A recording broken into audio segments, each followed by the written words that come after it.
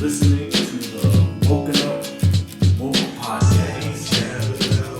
Woke up, friends.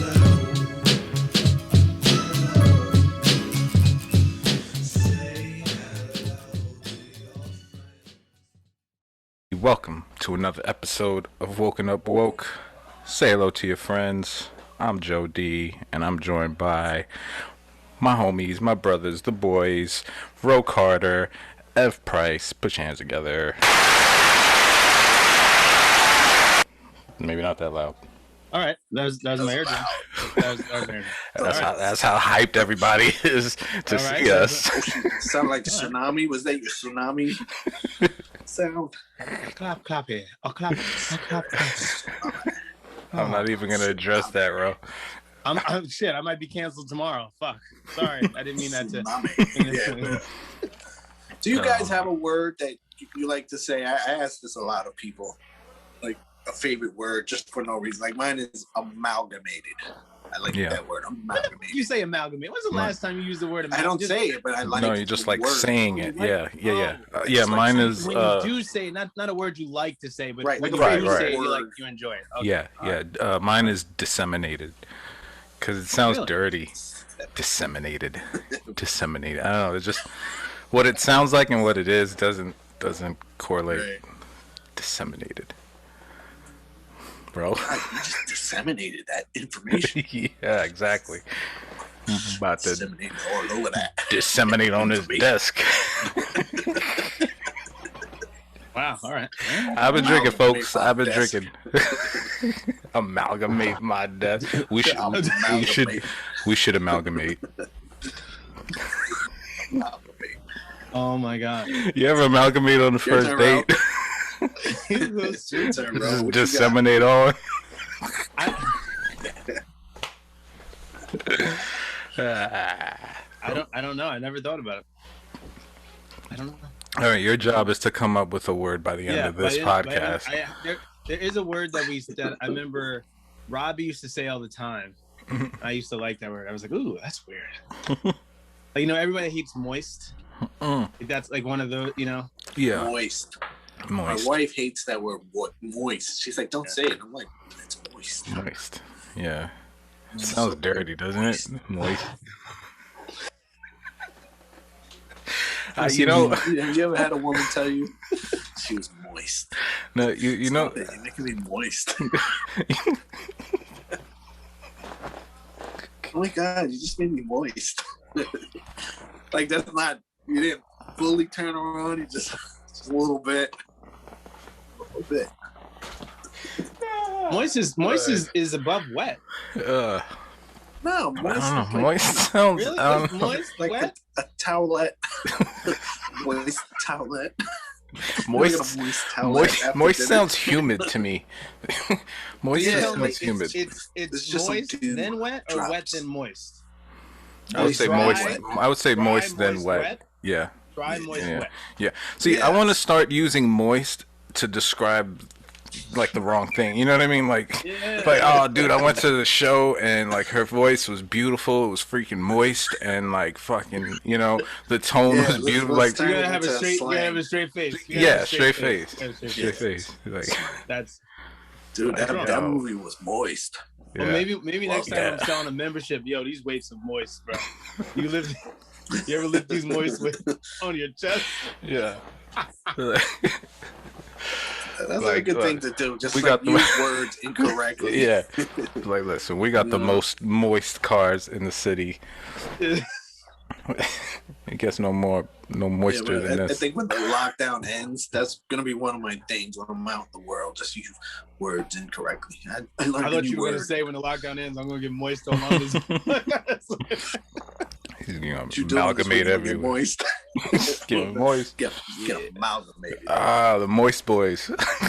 Yeah, yes, that's the name of the group. The Yes. moist Moist boys. boy. The moist towelette. The first single is "Where's Your Towel." Yeah. Bring your towel. Bring your towel. First Towel. single, Bring your bring your towel. towel. Or I forgot my boys. towel. I don't know. We're working. Towel, Anyway, let's hi. have some Hi, fun. What's up, everybody? Let's get back to normal here. Wow, Yeah. we just went on a tangent there. What an intro. Yes. Were we off last week? Yes, we missed. I think we missed a week because we did Valentine's Day before. Yeah, and then we missed the week. I had my daughter's took a week off. sweet 16. Yeah, Oh, congrats. congratulations. It's I crazy. can't believe it. Oh my god, I feel so old. Crazy. I feel really Yeah. old. I was like 16. I just found out I had a child 5 years ago. Like seriously, Right, dude. exactly. Like Yeah, it's like every time I would see Rose, he's like, "Your kids, really?" Yes. Yeah. 16 years later. I really did say that every time I hang out. He's like, Yeah, I gotta every go home to time. my kids. I'm like, you have kids? Seriously, we hanging out, This is partying literally up 2 all day. weeks ago. I'm like, we've been drinking since 11 o'clock. Rose, like that joke's never gonna get old, Evan. Please Never. don't ever stop. God, kids. That was oh. the last time he was here recording This guy. that episode. Yeah. I was like, "What's that noise?" I said, "It's my kids." "Your kids? Yeah, kids? You said hello to them on the way down." All right. I thought they were just like. I thought they worked here. To each his own. Whatever. I thought you guys were renting out the rooms or something. What's COVID? I thought it was like a program, you know? Get a new kid every month, cycle them in and out. They really do have those monthly boxes for everything. You know? Have you since you have kids, what are you doing vaccination wise? Are we vaccinating them, or do they have to vaccinate for school? Like what's the whole story with that? So far, there's no nothing forced, no mandatory vaccinations. My daughter, because she's involved with sports, so she does have to do the test, every week or every other week. So she's on top of that. But as far as the vaccinations, now I'm not one of those conspiracy theorists or think there's anything, like I'm all for it. We have flu vaccinations, we have things out there. So I don't know. I'm a little leery because it seems a little forced and contrived as far as, as far as other things, they took a while to develop and they had a vaccine. And then also I've been in anaphylaxis, which is anaphylactic shock. I've had that, and one of the recommendations is that you don't get the vaccine if you've ever. So I'm more not like a waiting. Let's see what happens. If we don't have a zombie apocalypse by the summer, then yeah. Then you're all about it. I'm all for it. I'm all for it. That's fair enough. Interesting. How about you, Joe? I'm getting my first shot Monday. All right. Nice. Yeah. Well, because here, Joe could be our guinea pig. So yeah, depending on what happens to the summer. I'm cool with it. Well, for one, because I live with a lot of medical professionals, and they got the shots early. And it's been a while now. Even Eric's one of them. Shout out to Eric. So I'm fairly comfortable as far as the side effects. Like I've said, I mean, we got flu shots and all that stuff. I've been working throughout this whole pandemic, and I have coworkers who have other jobs who are food handlers that work in supermarkets, and I work with them just about 3-4 times a night. So, I mean, there's a good chance I've been exposed to it already. So, I feel like at this point, why not a little more to make sure I can fight it? My immune system can knock it out. But, I think if it wasn't because I had the opportunity to do it, like it was brought to me from my job, like, hey, listen, we fall into the next category, so we can get it now. Just go online and try to get an appointment before they run out. So I did it, got an appointment. So I'm like, all right. But had it not been available to me, I would have just waited till it was kind of common and everyone had it already, So, but yeah, I'm not too worried. Fingers crossed, though. I mean, you can always get side effects anyway, So Yeah. From anything. So, yeah. From anything. So. Yeah. But it's kind of crazy how we got vaccines within a year. Mm-hmm. And 5 to 6. It's crazy what we can do. Right. And I think you're starting to see America fall apart. And I'm not trying to get too political and stuff like that, but just in terms of like where we're putting our money into. Like you saw with the storm that happened in Texas, just think about it. They said if Thomas Edison was to come in a time machine, he would know exactly how to use the grid. That's how old the fucking grid is. That's funny. Like, that's crazy to me. Like, so it's like, what do we put our money into? I mean, we can putting a rover on Mars, and yet we still have sidewalks and all this shit that we can't do. The infrastructure is just so awful. New York City still is a shithole. I just don't understand. So you know. Yeah, I mean, Shout out to the have you doctors seen out that? there. Have you seen the meme with the? So we got the rover on Mars, and the picture's crystal clear HD, and it still says like bank cameras, and it's like green footage. It's like that's what I'm saying. Like, again, your phone gets stolen, someone can crack into it. You're trying to tell me my now $1,500 phone that Google can't find that shit, Apple can't find my shit. Come on, man. Right, like, exactly. Let's be you real. need the password. You can tell me what I want to buy before I buy it. Come That's on, their man. excuse. But you can't tell find me. me every Right. time I'm somewhere. You can't find. You can't get to my phone. Come on, man. NASA's like, but did you have the password though? I mean, yeah, I get your point, but Your password is moist. We can't. Yeah, We can't unlock that. Sorry. it's woo_moist. That's the word of the day. Moist. Moist. Moist. Clan. Sorry. Moist tank. Yeah, I mean, yeah, I don't want to The tang. stay on that too long, but it's just so frustrating the things that can be done, and then when you actually see like everybody come together and do it, like you're trying to tell me you can't find a cure. Like I always go back to Chris Rock. Like there's no money in the cure. Exactly. And you see that nowadays, unless it hurts everybody, they don't give a shit. They do not give a shit. Yeah. No one. Hopefully that's one thing that this pandemic, maybe we learned from this, like where are our priorities? Like we said, certain things. Did you just watch we on the news the other day? Oh no, my friend. They had people saying the snow was fake. yeah. And they're burning the snow and like this is fake. They think there's a laser beam, a Jewish laser beam that's shooting. Like, what do you do then? Like, how do you even talk to people that think that's possible? Yeah. Where do you have a conversation? There's no way if you believe you know what's funny? They believe that, but didn't believe that black people would just get knocked upside the head. Yeah. Isn't that crazy? Yeah. I got a question. Do you think, and I don't mean to get too like sci-fi, but is the internet starting to become its own reality? Because you look at what's going on online, but then like you look at what's going on outside, and sometimes it doesn't match up. Like we had the episode where we talk about our cities. Are they really as bad as people say? Because I don't know. Sometimes I feel like I just need to disconnect, because when I talk to people, we seem to be on the same wavelength, but everybody online seems like to be losing their fucking mind. I think we have such a overload of information that people don't know what to do. People can't disseminate that information and take the actual meaty stuff that's moist, take it, disseminate it, and amalgamate it. But seriously, I'm getting turned on. Is it getting hot in here? Joe's like, ooh, I'm getting moist. Oh man, you said moist like 5 times. Let me get my toilet. Oh shit. Yeah, but we have such an overload of information that people can't discern what's factual, what's fake, and it's all becoming. It's so much information. The fake and the real it's intertwining. I think it's confusing.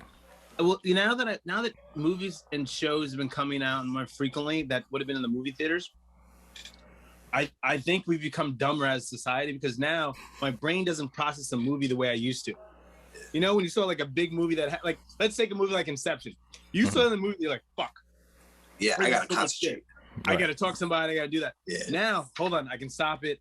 I go back, rewind. I can do this. Yeah. Like it's taking away our. While you're watching it, like, wait, hold on. IMDb stuff and and I think that takes away a part of our brain just being reactive and active in the moment of just like, oh, okay, that makes sense. Now I'm processing all that information versus like, well, let me just rewind it and let me see. Okay, all right. Oh, well, let me go. Damn it. Let me just Google it now. Just it's like, fuck, man. Back in the day, you didn't have that shit. Right. Yeah, 100% right. You used to get out of a movie and then be like, who watched it? Let's talk about it. Yeah, and that was interesting. Like catching up with friends. Yo, did you see that yet? Oh shit! I mean, I guess Game of Thrones was the last round of like shit because now everything is on the internet. But Game of Thrones, you had to wait because they wanted to do spoilers. Yeah. So you couldn't really do that. But after that, like that last season, they were like, fuck it.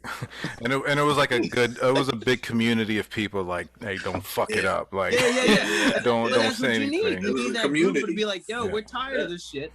Like, and I think that's what you're gonna need. You know, going into, we'll talk about that on another show, but cancel culture, all that stuff. I think people just need to like, yo, chill the fuck out. Chill. Yeah. You know, you need to deprogram and just get together as people again.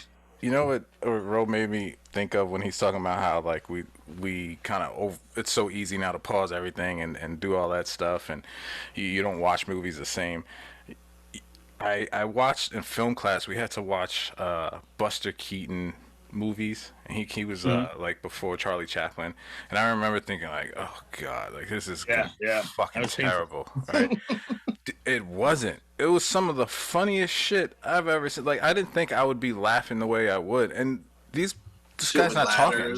Yeah, they're not saying it, but the creativity that went into it, his body, his facial expressions, all that stuff. It's like, I feel like all of that stuff now is, you know, it gets lost because we expect so much, you know, information and reality and all this stuff that our imaginations get lost. We don't have imaginations like we used to have. Like, you know, it's also hard to make a movie where you can just sit and watch without action the first 10, 15 minutes. Like, there's no action. I mean, there's just dialogue for 15 minutes. Yeah, people's attention like spans Reservoir are like Dogs is one of the best openings in a movie. They just sit at a table and they have a conversation about shit. And it was like, I'll never forget that as long as I live. That was one of the best movies in my mind, like just seeing that. And they're just sitting around talking about that. And the whole tip after they had that, it's that.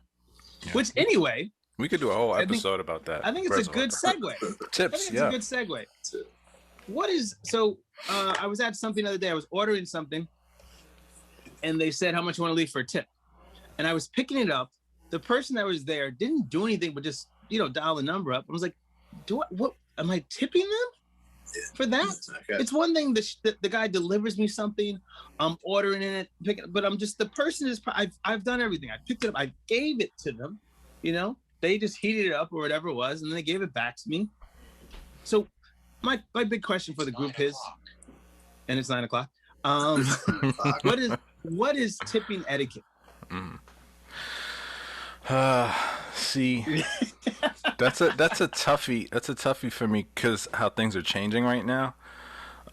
Where it's like before you would go to a restaurant, so okay, I'm tipping the waiter or waitress depending on how their service was, right? But we don't have that anymore. Now we're picking up food or getting it delivered. So okay, yeah, you tip the delivery guy if you're getting raped by fucking DoorDash or whoever else. I don't know. I don't use those, but they're ridiculous. But if I'm going to pick up, see, I'm a little biased, right? I've kind of. You want to hide your face during this? No. I mean, I've kind of, I've worked in the kitchen before, so, I know most times the people in the back making the food get screwed. So, my point exactly. If the tip I'm paying, if I'm going to pick up the food and I'm giving a tip and for somehow I know that tip is going to the kitchen, I'm all for it for sure. But if it's going just to, the person that's really not doing much, I mean, I think they deserve a tip too. Like, let's face it, people that work in restaurants don't get paid shit. They rely on tips. And a lot of times they get screwed when, depending on their job, how they work it out with. They may just take all the tips and give them a percentage. So, most times, for me, you really have to, like, give me shitty service or fuck up or piss me off somehow for me not to tip you. Most times I'm going to give. But then what's the tip, though? So a regular tip, if the 20%, I'm always about restaurants doing that stuff. Right. But am I just tipping $1? Like, I go to get a bagel. Get a bagel. That's all I'm doing. Just getting a bagel and a drink. Mm-hmm. They're making my bagel. I'm done. Am I tipping? And if I'm tipping, am I tipping $1, $2, or whatever? Tip the change. Or am I tipping? I don't have any cash on me. I'm just writing it on there. You can add a gratuity on there. And nowadays they're gangster because the gratuity already pops up top instead of just like signing up. So you have to they give you the math. Make your own. They already do it for you. So what do? You just go buy that, customize your own tip, or just say no tip at all? It Dash, depends. throw a line through it. Yeah, if it's a place I frequent and I go there a lot, yeah, I might give them like a tip. Like how much? Ah, shit, I don't know. Because you're talking about coffee and a bagel. What is that? That's what I'm saying. You come coffee and a bagel. Yeah, like Ev said, I guess it changed. But if you're paying with your card, I don't know.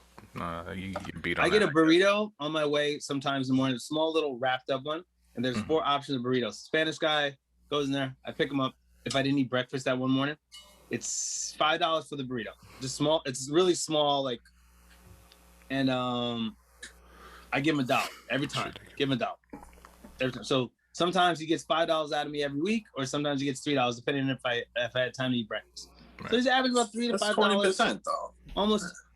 Again, yeah. $1 or $5 is 20. Yeah, of course. But I don't look at it like that at 20% because I would have, it's just, hey, what am I going to tip you, a quarter? Right. A quarter.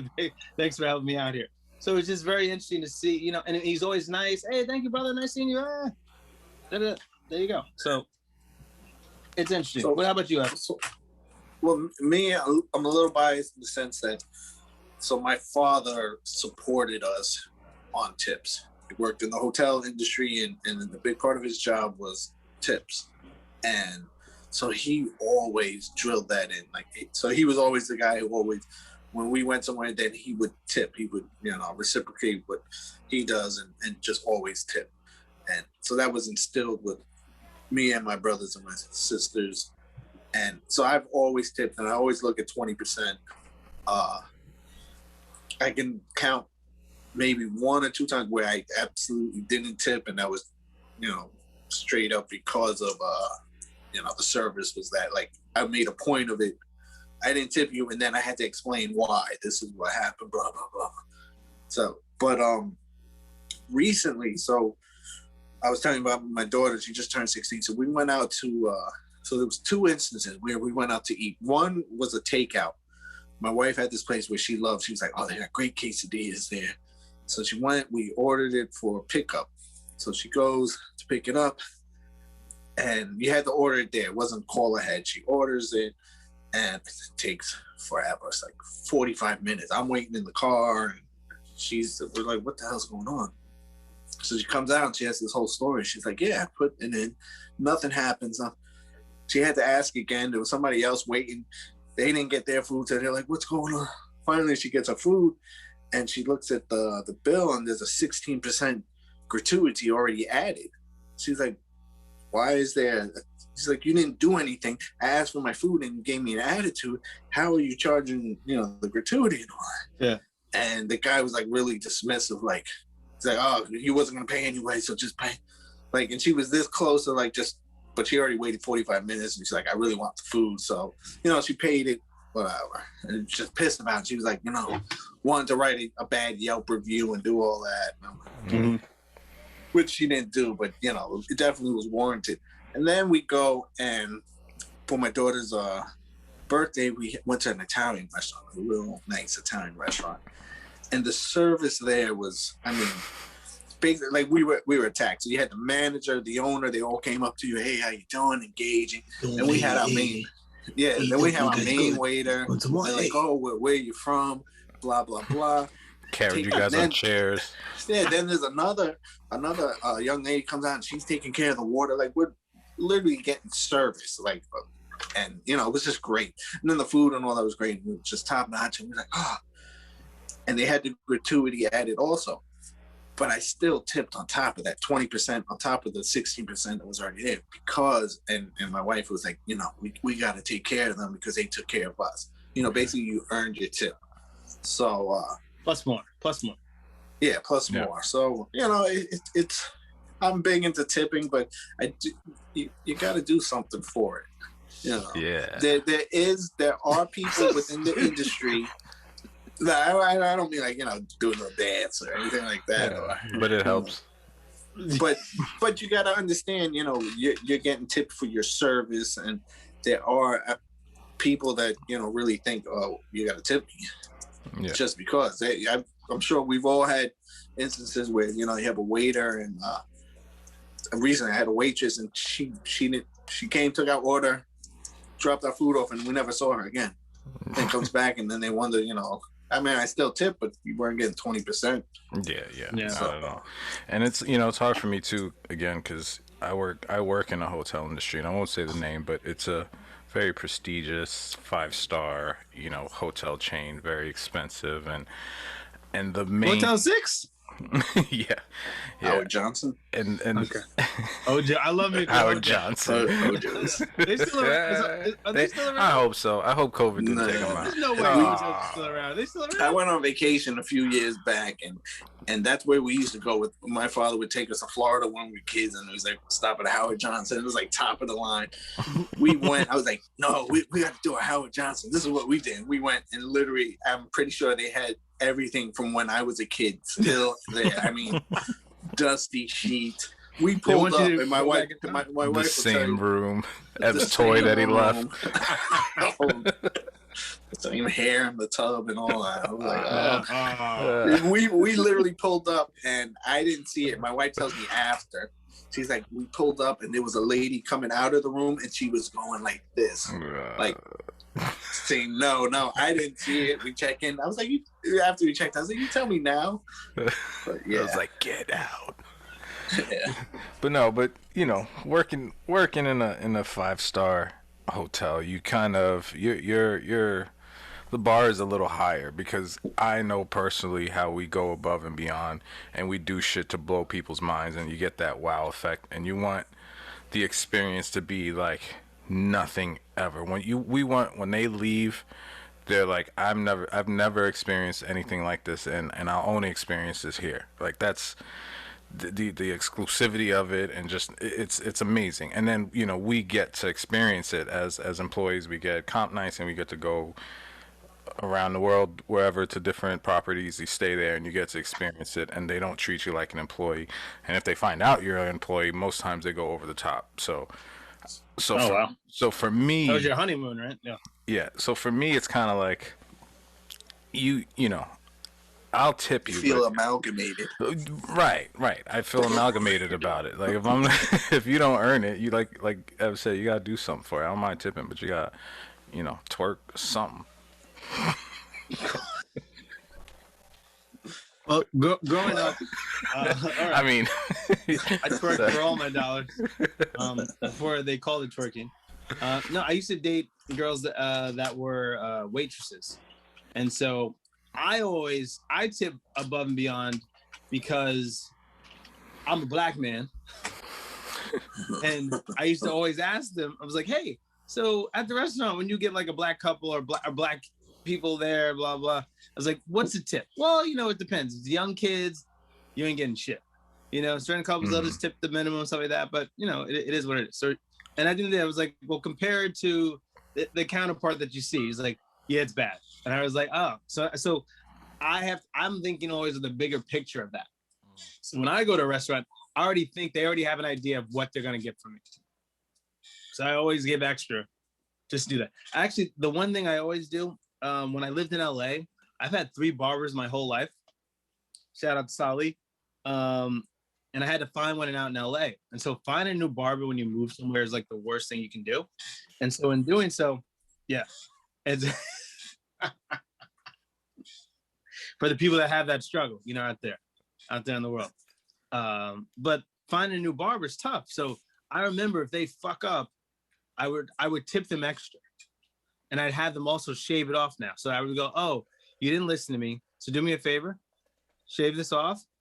And they're like, what do you mean? I was like, yeah, you didn't listen to me. He's like, oh, well, no, I can fix it. You can't fix it. It's done. Yeah. You can't add hair back on. Well, maybe now you can, but you can't, you can't give me the Batman. Like, it's just so. In doing so, I was like, hey, just shave it off. Like, yeah, it's fine. It's fine. Just shave it off. And then I tip them, and to see the bewildered look on their faces just blew them. Like, I had so much fun. Even though my hair was fucked, I rock the baldy now. But I was like, just their minds are like, what the hell? I don't understand. Yeah. I don't understand. Like, why would you tip me if you weren't happy with the service? Like, yeah, because I'm never going to use you again. And I want you to understand how bad you are. It's funny. So Jerry Seinfeld, right? Big New Yorker. I don't know if you guys watch Comedians in Cars on I Netflix. love that fucking shit. Love Right. it. Yeah. So he sorry, my camera's messing up. He is like a notorious big tipper. Yeah. And because he has this like self-conscious thing that he feels like if he doesn't tip well, it's Jerry Seinfeld. Like he doesn't want someone to gonna have talk that about story Yeah. of Jerry Seinfeld giving me fucking $2 or $1. So he over to like it's ridiculous. And I'm like, man, that's gotta suck that you feel you have to over tip no matter what everywhere you go. And I mean, he's got it, but like still, you don't get rich by giving away money for no reason. Yeah. It's true. Like, just Do you guys Gotta write have it off. friends?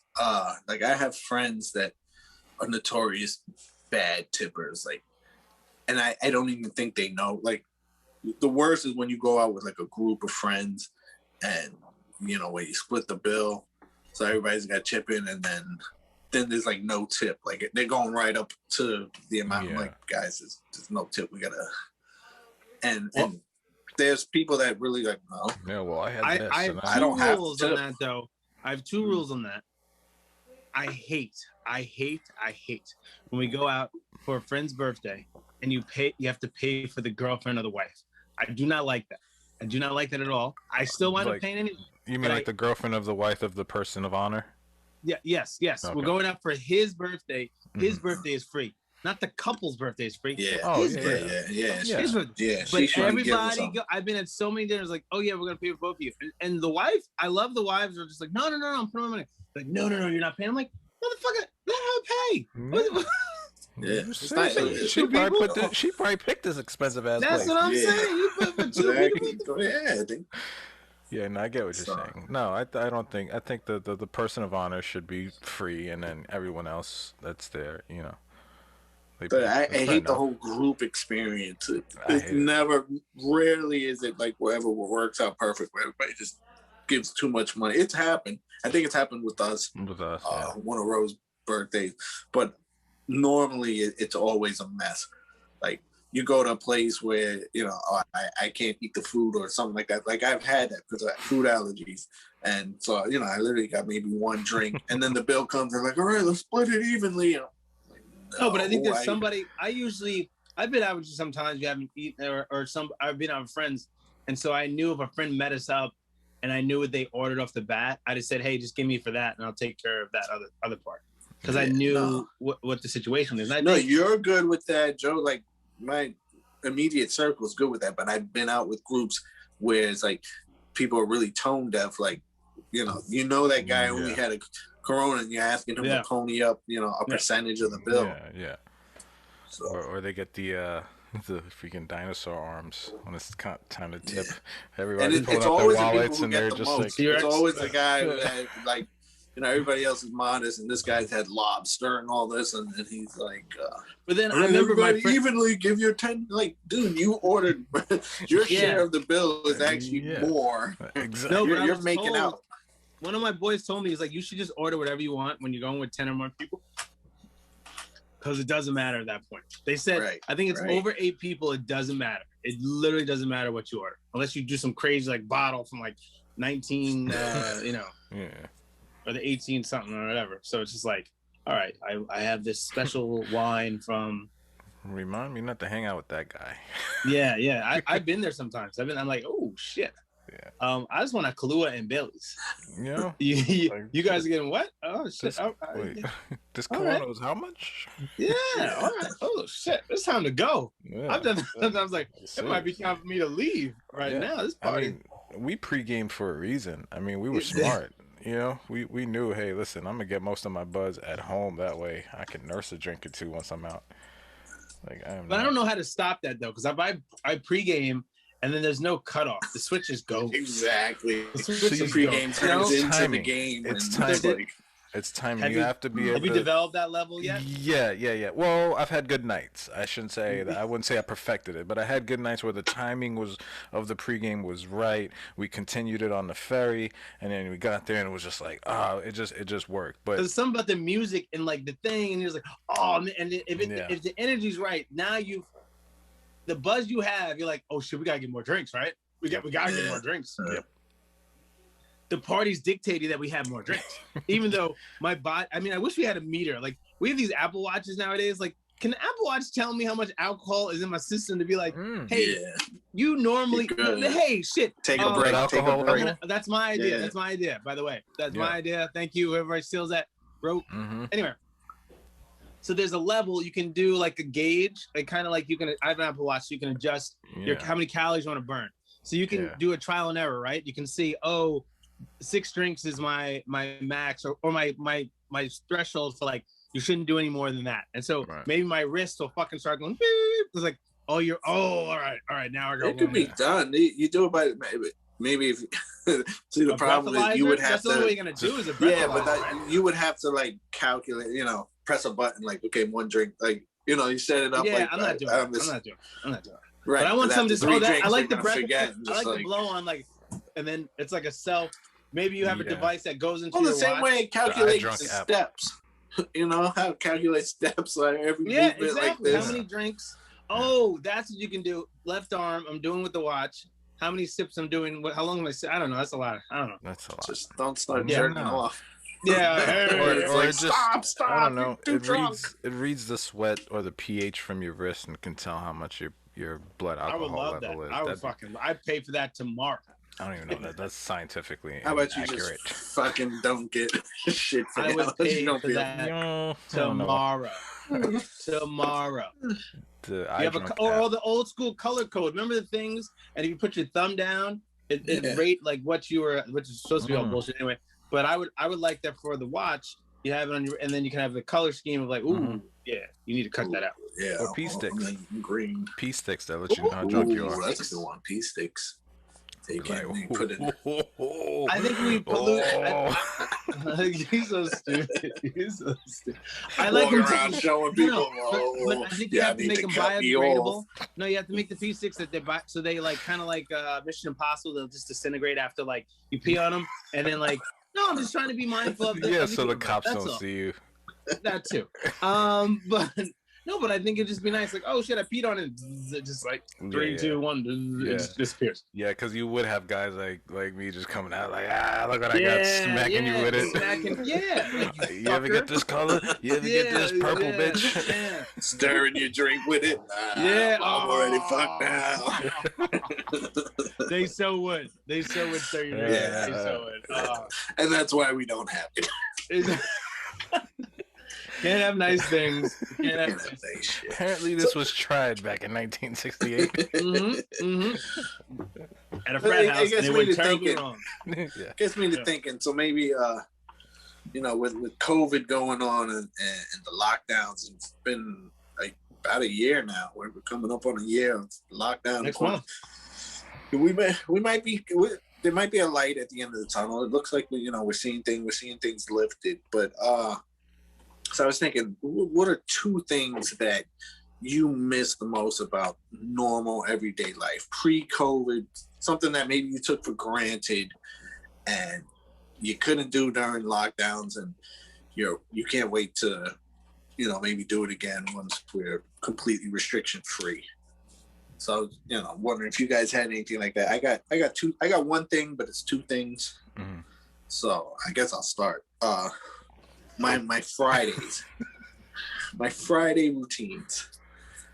I missed that pre-COVID, working for Friday, and then Friday would come and it would alternate. I would have 2 things. We had basketball Fridays, and I missed basketball. I missed for one, the group of guys that we had, and then the actual physical activity and playing ball. And we had great Friday nights. Ro was there. He could tell you. Just those moist bodies up agaast yours. Yeah, that moist physical activity. Moist physical amalgamated activity. Yeah, I missed that a lot. No, it was just I'm older now. I'm married, 2 kids. A lot of the guys who we played with, similar to that. I was like, you kids? But a lot of the guys, same situations, and this was our get together. This is our getaway from a break from everyday life, and then get out there and pretend to be something you're not, a star. Comment, Ro. Listen, man. But Ro knows. I was out there roasting you guys. Come on. Listen, That's- I don't that's pretend. why I missed it. I'm just chucking it from half court. We just having a good time.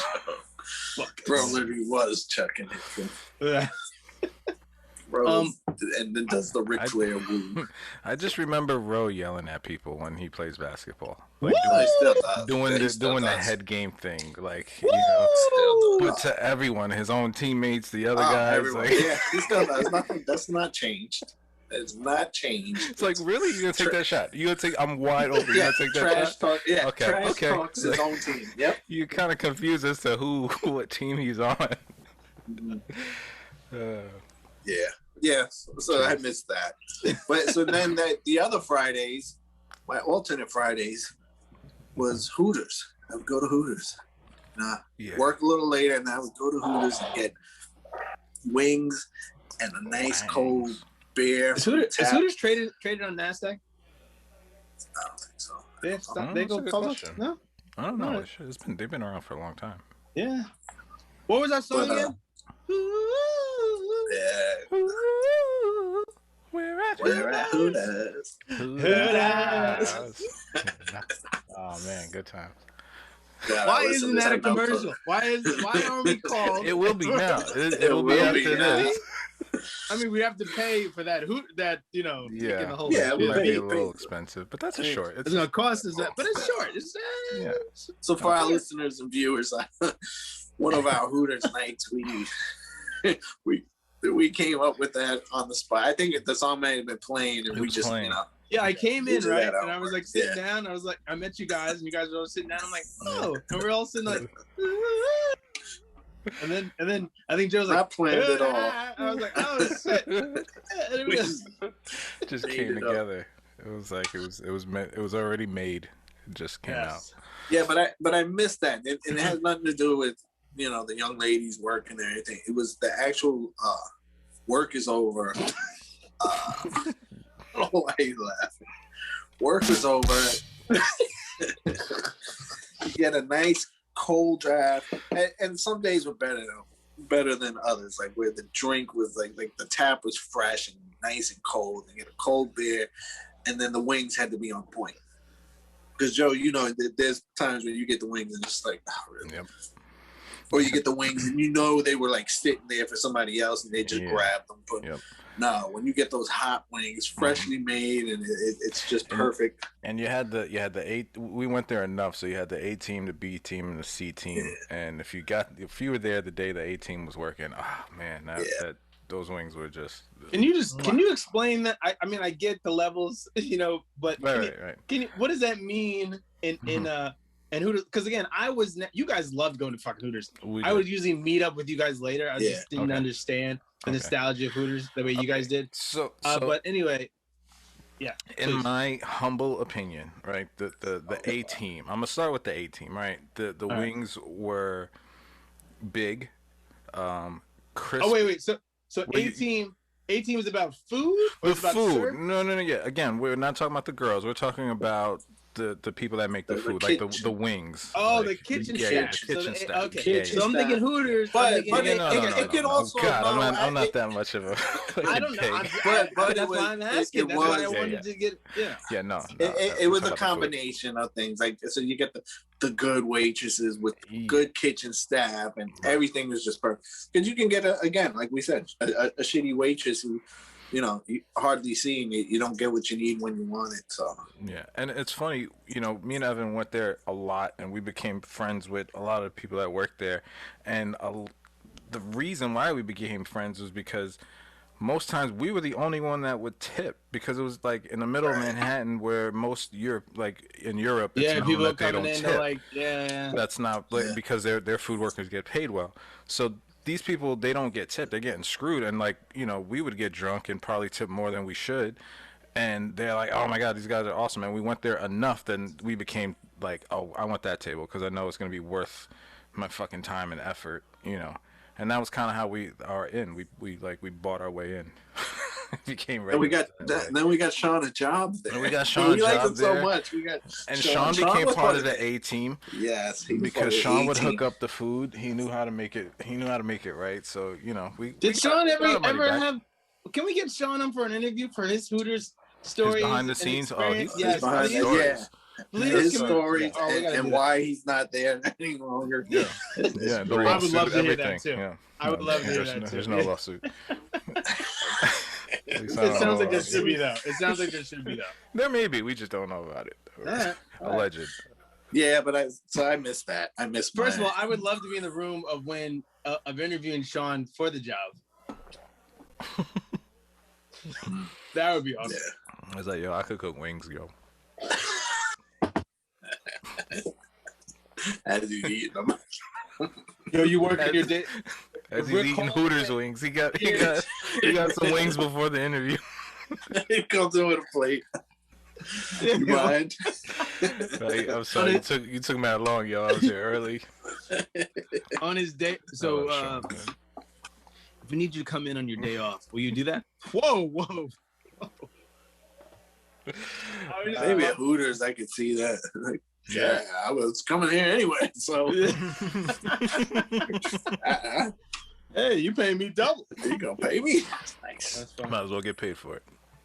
Mm-hmm.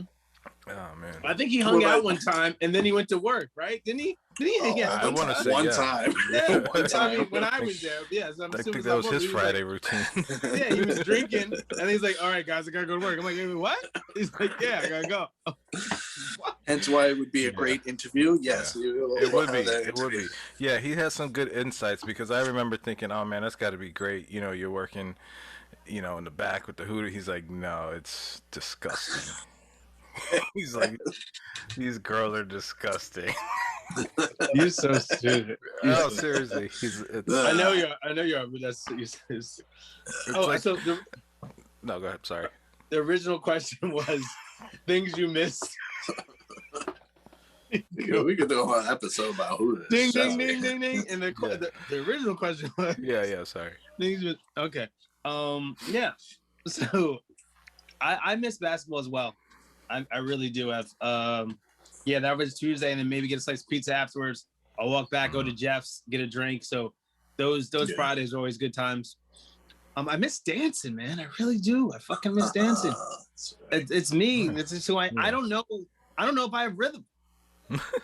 I really don't. I gotta hang around some people before. Do you dance in your room?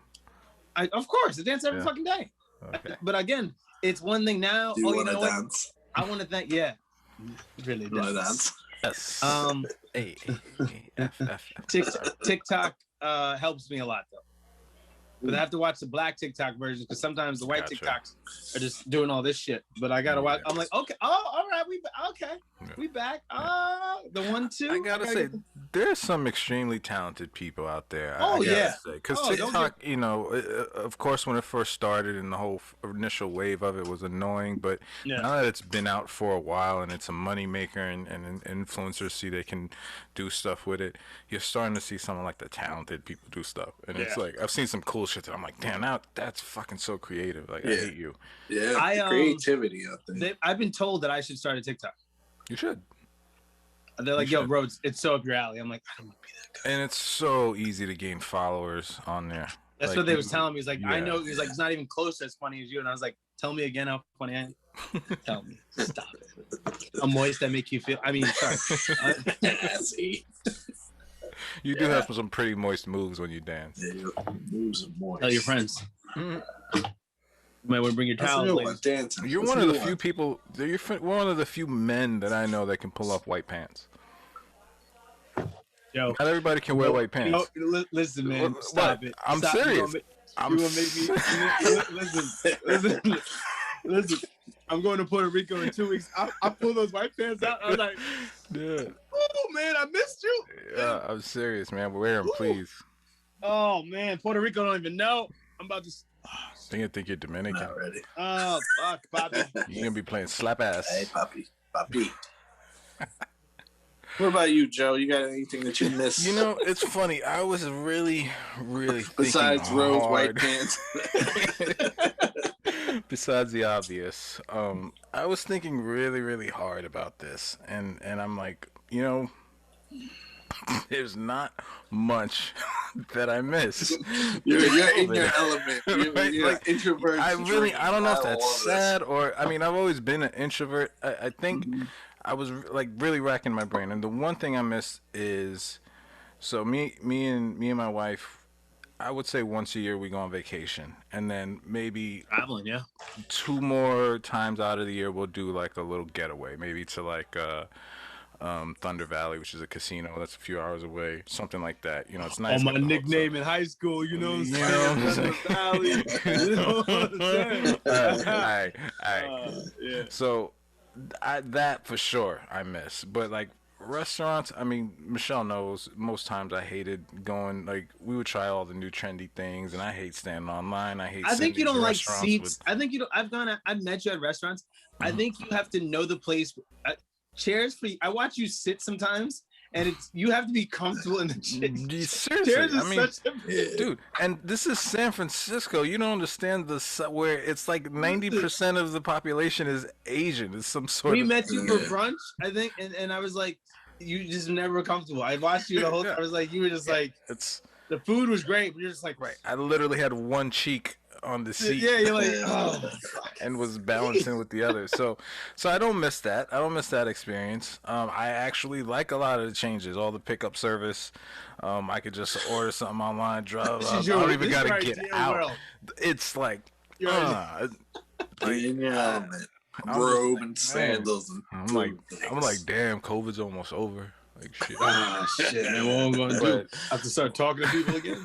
But I mean, I think that, and obviously, you know, my family and friends, you know, we just got married. We saw all of you guys, and our families got together, and that was like a fucking amazing celebration and an experience. And then literally a few months after that, COVID started. You know, we were already making plans. When are we gonna do this again? When's my family gonna come back out? When are we gonna do the guys trip? And so all of that, and I think it just goes back to traveling. Like, just friends and family and traveling is what I miss the most. But as far as the day-to-day stuff, there really isn't much. Like, my routine, like Ev's Friday routine, you know, I don't really have a routine like that here, you know, because you guys over there, I don't really hang out with friends here besides Eric. But again, with the whole COVID thing, we can't do anything. So, you know, that's probably what I miss the most. I've seen Ev a lot during this. That's true. Yeah. Do you miss not seeing anybody? Who, me? Yeah. What do you mean? Like, I mean, like hanging out with you guys is what I'm saying. Like, I don't hang out. Do you miss? You're not hanging out with anybody. Do you miss just hanging out? Like I get to see. I touched Evan the other day. Oh yeah. But this, you know, the thing is too. I'm friends with most of my. He doesn't like friends when here. you touch him on the side, but I touched him from. Well, most of my friends here are guys from work, so we do see each other like every night. You know what I mean? So I do have that like physical contact at pause. I mean, we're not, you know, hugging and shit, but it's your not job. It's not Top Gun, you know. But yeah, that's what I'm. Just high fives. You know, this is not the volleyball scene, but oh man, that's so sexy right now. Classic. His chest was so moist with that oil. Oh, man, if you don't moist, like that movie's moist. That is the best description of Top Gun. Moist I used to, man, go for people that don't know what we're talking about. Go back and watch Top Gun. That is the only scene that used to make me moist. Is the scene on the volleyball. It is. Man, can you recreate that in Puerto Rico? And then you get some with your white pants. You gotta get. You have the sailor hat. You have the sailor hat, don't you? Oh, but wait, no, he's Air Force. Sorry. He's not in the. I just have to cuff my jeans up and I'm just put not enough, more oil. Or some more oil. I got to get on a beach with Ricky. Pause. We got to do a whole scene. Yeah, that would be the name of your jet. More Rocky oil. and Apollo. Yeah, there you go. More oil. That's my new hashtag. Oil. More oil. More oil. Please. Like that. More oil. Mm-hmm. Lathered up. All right. Whew. All right. This show is moving. That's it, Joe? Just back to vacation, just doing some stuff. Okay. Yeah. I like it. That was it. All right. So I think I texted you guys the other day. Porn stars. I was watching Lana Rhodes, who's a famous porn star. She's retired now. But she's dating this guy, Mike Malak. He's just a regular YouTuber guy, blah, blah, blah. And he was given as a gift from one of the Paul brothers for his birthday. and not as a gift, like a sexual gift, just like, oh my God, I'm a big fan of hers. He's like, well, I can get her here.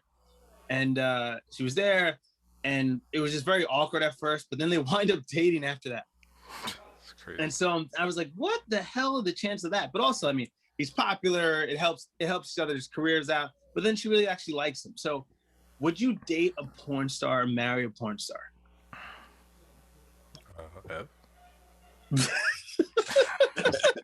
Well, hold on. Let me give you a list. What are your three, like, I don't want you to get in trouble here. Do you have like your top 3 porn stars? You don't have to say them, but your number 1 porn star. If you have a number 1, if not your top 3, just think of your out of your top 3 list of porn stars.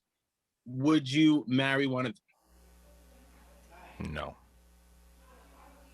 And is it because of how? Well, there's a lot. The stigma or just what you? Not the stigma, because I feel like if she's doing all this stuff for a living, right? And we've all watched porn, and I mean, some of it could get pretty extreme. And for you to be a porn star nowadays, you probably do just about everything under the sun, right? Is that fair to say, or close to it? Maybe not much you won't do. If she's doing that for however many hours in a week or whatever, I feel like when she comes home, it's gonna be like, oh, it's back. No. I'm sorry. Let me preface it. She's done. She's retired. Oh, okay. That was the point of Lana Rhoades. She's done. Oh, okay. She's done now. Okay, she's Not retired. doing anymore. Now you're meeting her. You're a fan of her work. It doesn't have to be Lana Rhoades, but any porn star that you like, that you purvey. Yeah. You can now you met her at some crazy night one night, and you guys kicked it off, and you're like, yo. Well, I mean, at the end of the day, she's still a human being. So, yeah. If there's a connection, no, really, you think everybody at the end of the day. But I also see how, right. So I see how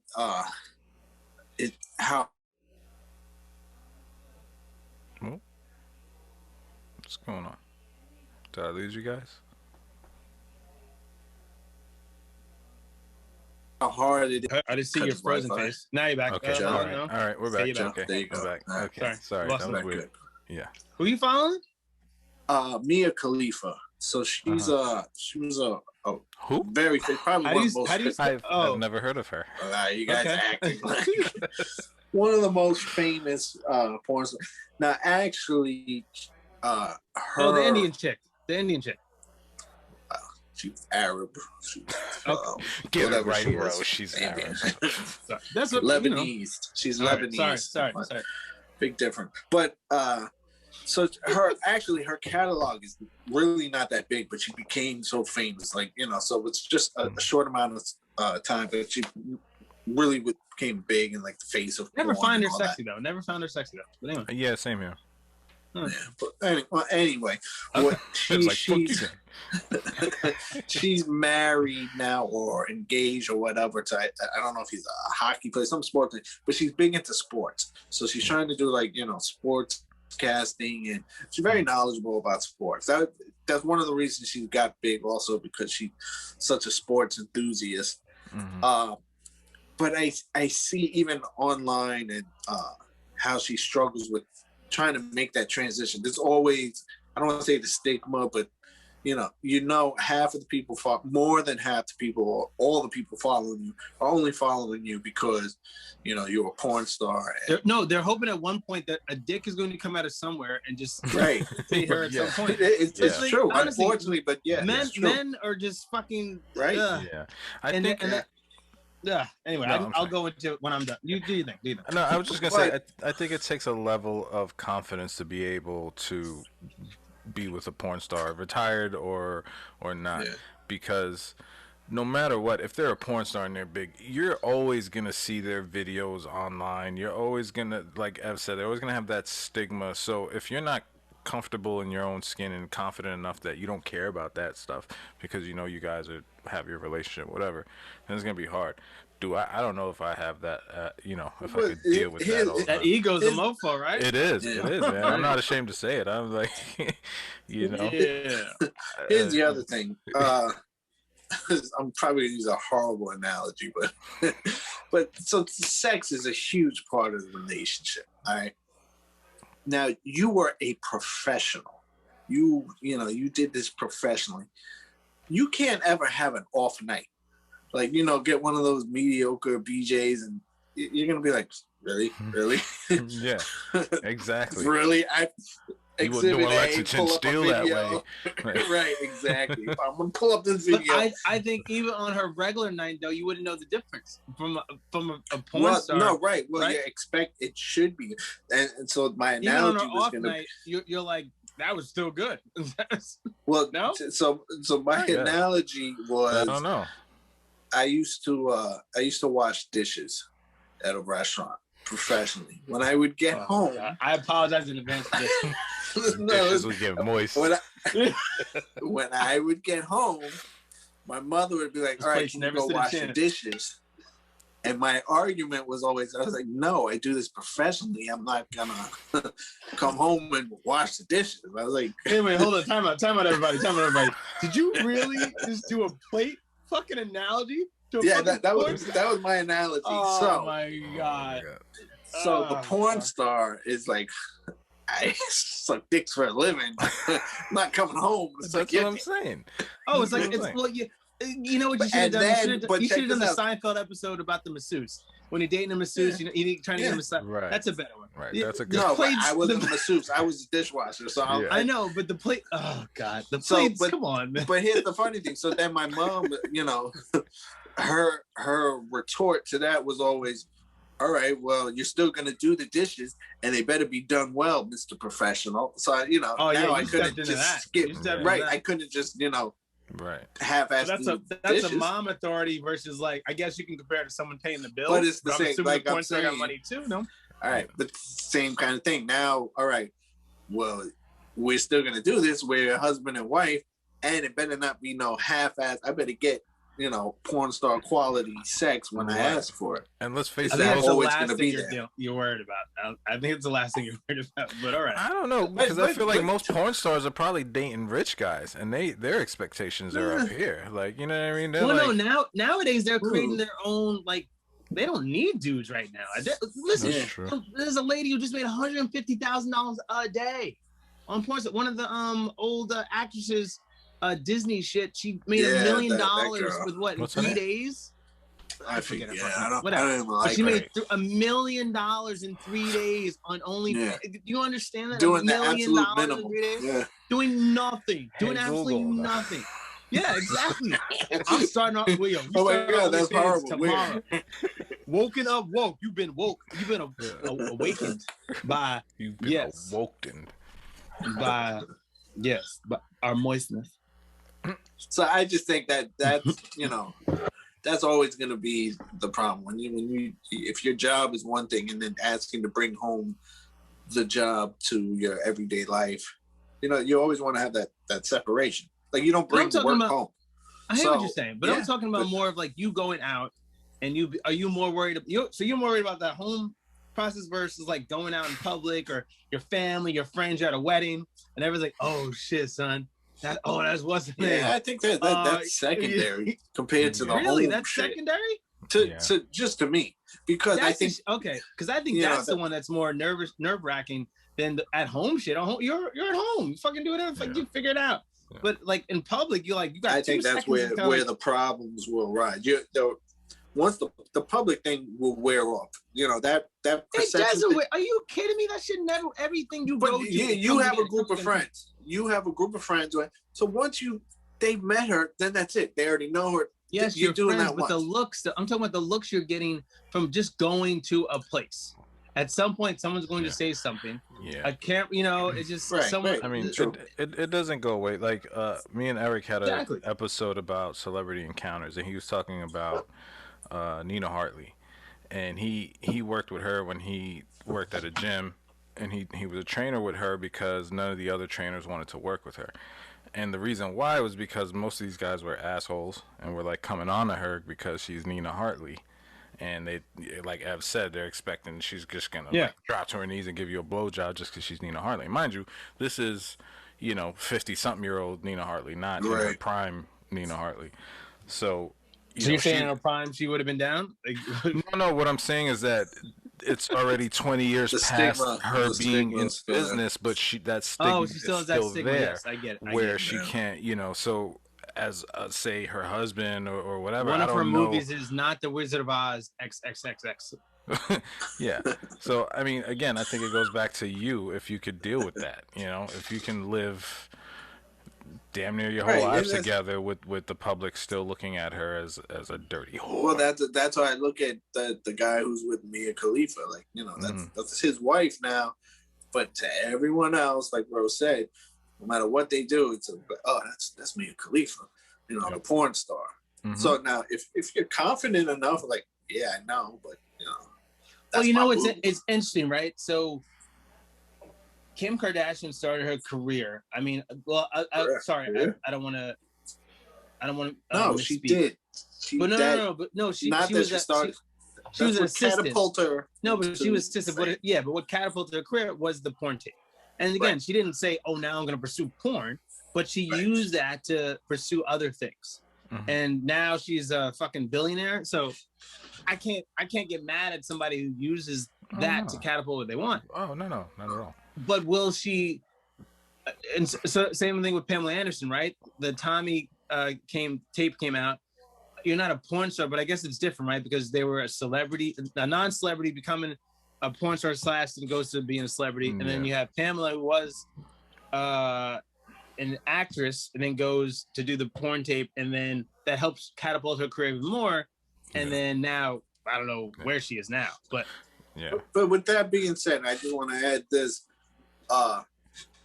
There are no porn tape leaks or anything like that. Oh no, that's on Everyone purpose. knows that. That's on purpose. The fact that you made it and you didn't destroy it right after, that would be one thing. But anything else is like, these are all carefully crafted, and Yeah. I mean, not only that, when you're in the public eye, it's like you there's one of two ways. You can hide from it and let it fucking consume you, or you could just own up to it and say, yeah, I did it, so what, and move on for it. The public has a short attention span, and 2 weeks later something else is going to happen. You don't owe the public anything. That's the problem. Well, you don't, but when you're a celebrity, you have to deal with that. But unless you're on Sesame Street, you don't owe the public. Seriously, you don't owe the public any explanation. If Mr. Rogers has a little porn group, that's shit. You know what, Mr. Rogers, you owe his apology, even though it's on your own time. But whether you like it or not, though, if you're a big celebrity, it's your problem, because it's going to affect your money.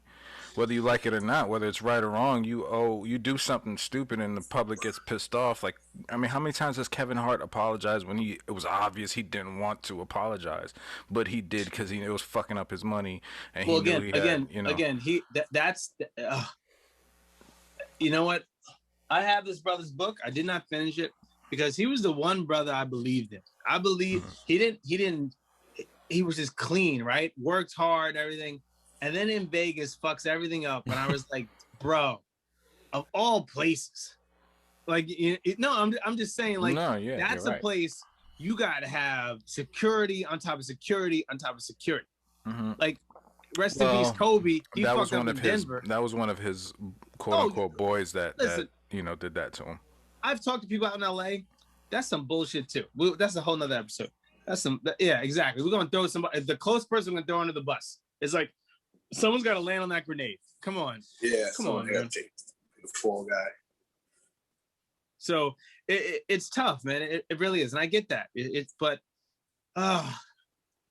gotta do better. So anyway, at the end of the day, it's a tough one, right? What if she's a great person? This is why it goes back to my original thing. I mean, the human being you meet. Let's say, Rose out there dating now. So anybody listen, Rose is single. So, you meet someone on your Bumblebee app or whatever it is, and I'm off the apps right now. I'm off the apps right now. But yeah. So you meet someone on your trip to Puerto Rico. On your way back, you meet someone, and you completely hit it off, and you're oblivious to, you're not up on the porn game like that. And she turns out to be a porn star, but I mean, you totally connected with her. How do you No, know I'm what not do you going do? to Puerto Rico with a porn star now? I'm sure you are, but I'm for our Hypothetical. listeners and viewers' sake, like I'm throwing that out there. Okay. So that dilemma. I mean, you completely Well, hit it it off. depends because here's the thing. I used to live in LA, right? In Hollywood. So I've been in elevators and been in certain places with people I knew who they were, or I've even given tours to people I knew who they were, but I didn't act like I knew who they were. Right. So I'm able to do that, but I did freak out when I was like somebody I knew and I just had an infatuation with, or like they were inspiration to me as a kid or something like that, or the nostalgia of them being in that one movie I loved. I was like, oh my God. And I was like, oh my God, I gotta chill. I can't do this right now. And it wasn't about even them really, just the whole big picture of how it made me feel. Right. So I guess that would be the bigger question of it is like, how did that person make me feel? I think it's better if I don't know their work. Because you know what I find? That on Pornhub, there's more porn stars than I never even knew that are out there. Every now and then. Yeah, that's what I mean. Because they give you the algorithm gives you certain things all the time. So I love if I go to different cities or even countries, then your phone does crazy shit. You're like, oh, yeah, we can't go down that rabbit hole. You can go in the woods and you can have sex with women and not see their face and just do a door. And I was like, that's just the porn industry is saturated. It's pretty moist right now. But yeah, all right. So, but still, back to the question. So now you meet someone. You're not. You're oblivious to her fame as a porn actress, but you hit it off. This is, if she's disease free, I'm good to go. Yeah. Disease free. That's all we're checking on that. I am good to go. People listen, there are women we've dated in our lives that have probably done a million crazy things. We have just seen their stuff on tape. And it's crazy when you watch some of them. It's some of them with but some of them with the same people, right? So it's like they might have had only 15 guys in their lives, but it was that same 15 like just recycled over and over again. I don't know. A girl who's got 100 on their list, you know what I'm saying? Right. Like that's true. But in all or fairness, had to train in college. Like what's the difference? Okay, between train in college and getting paid to have a train. What's the difference? Tell me. See, you didn't get paid. That's the difference. That's the being paid. There's a difference, though. There is a difference because there are some porn stars that do some stuff that the average person, male or female, wouldn't do.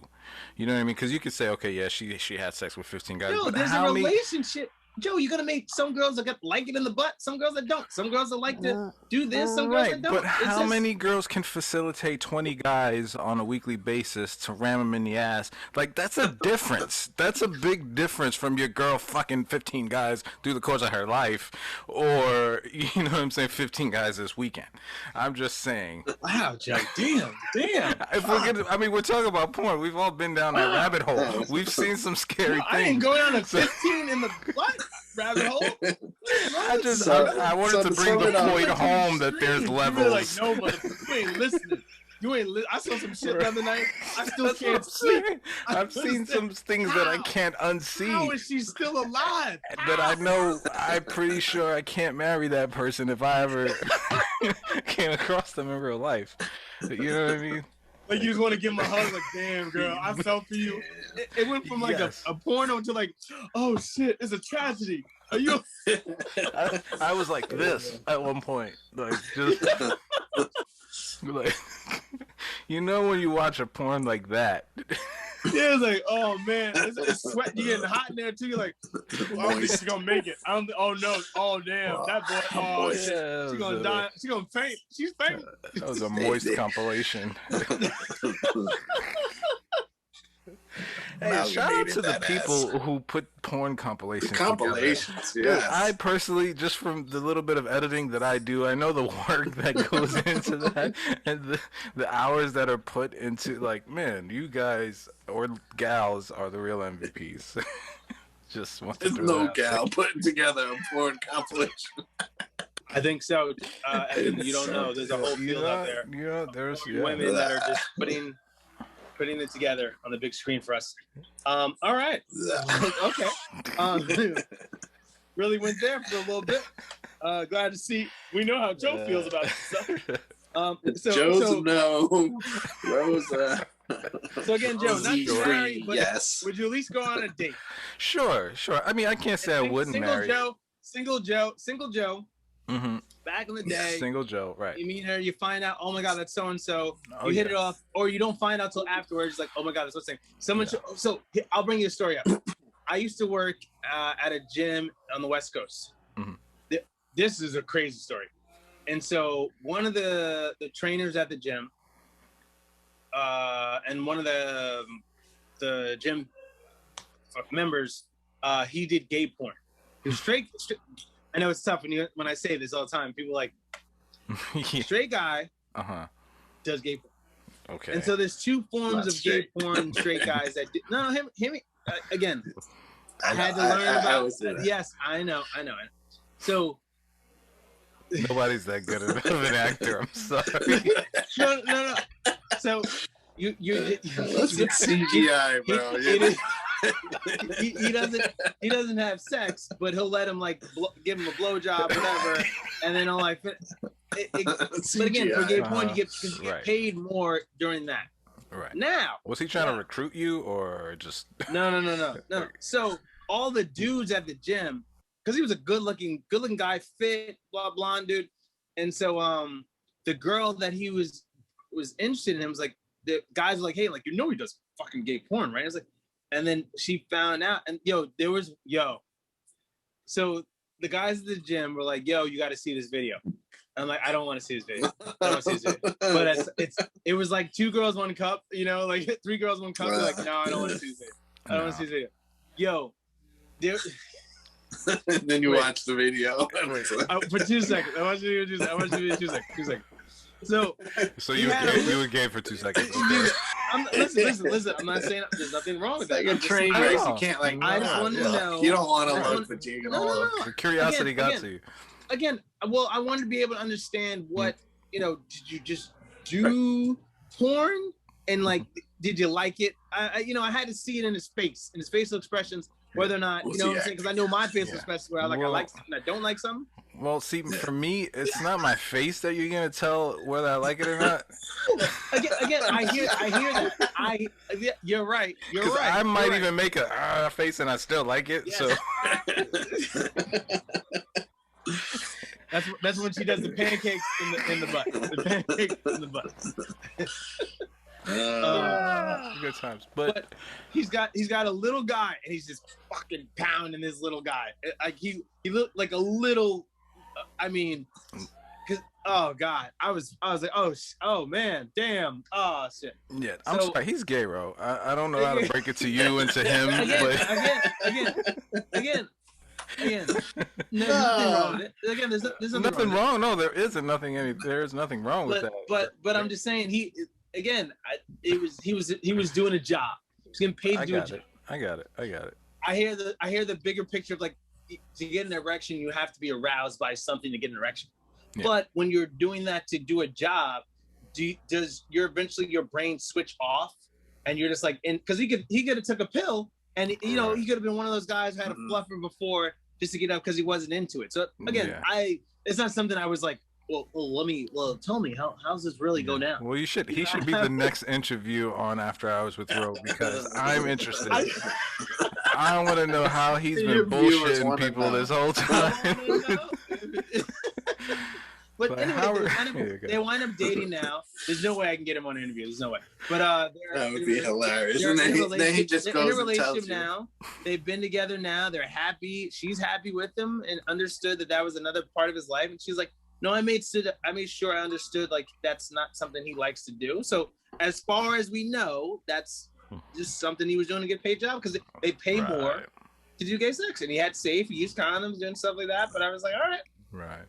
So at the beginning of that interview, Rose gonna be like, so, and preface it that same way, you're in a relationship with a woman and you had to, and he's gonna be like, no, I'm gay, bro. No, I'm totally, I'm flames. Who told you that lie? But he might be bi, and some people are interested in that, which I have it. That's a whole nother show too.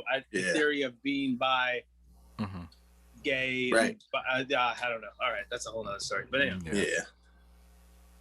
All right, moving on. That's great.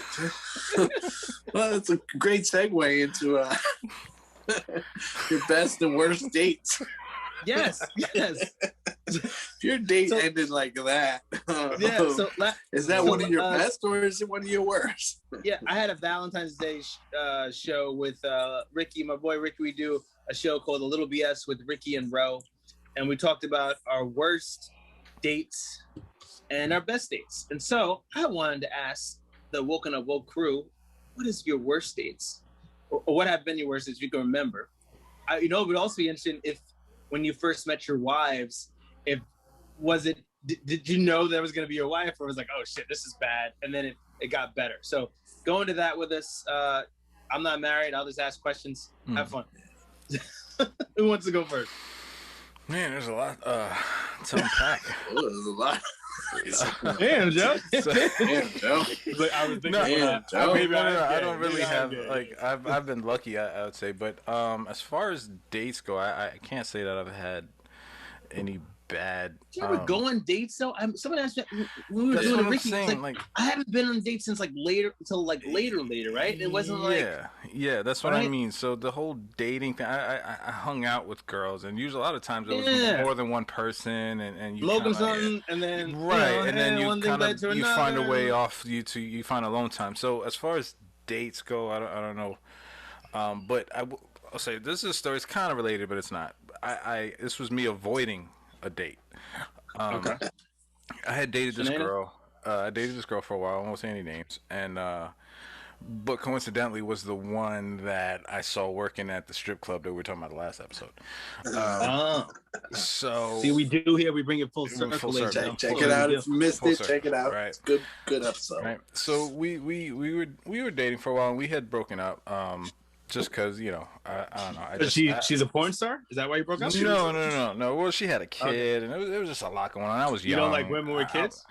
I was too young. I was too young for that responsibility. I was early 20s. I think like 22, something like that. And I was just like, yeah, this is. Oh yeah, I should 22, Joe.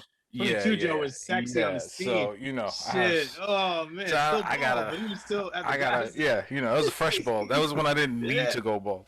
So. And I do it for the ladies because you deserve this. I live vicariously through you, bro. No, I live vicariously through you, player.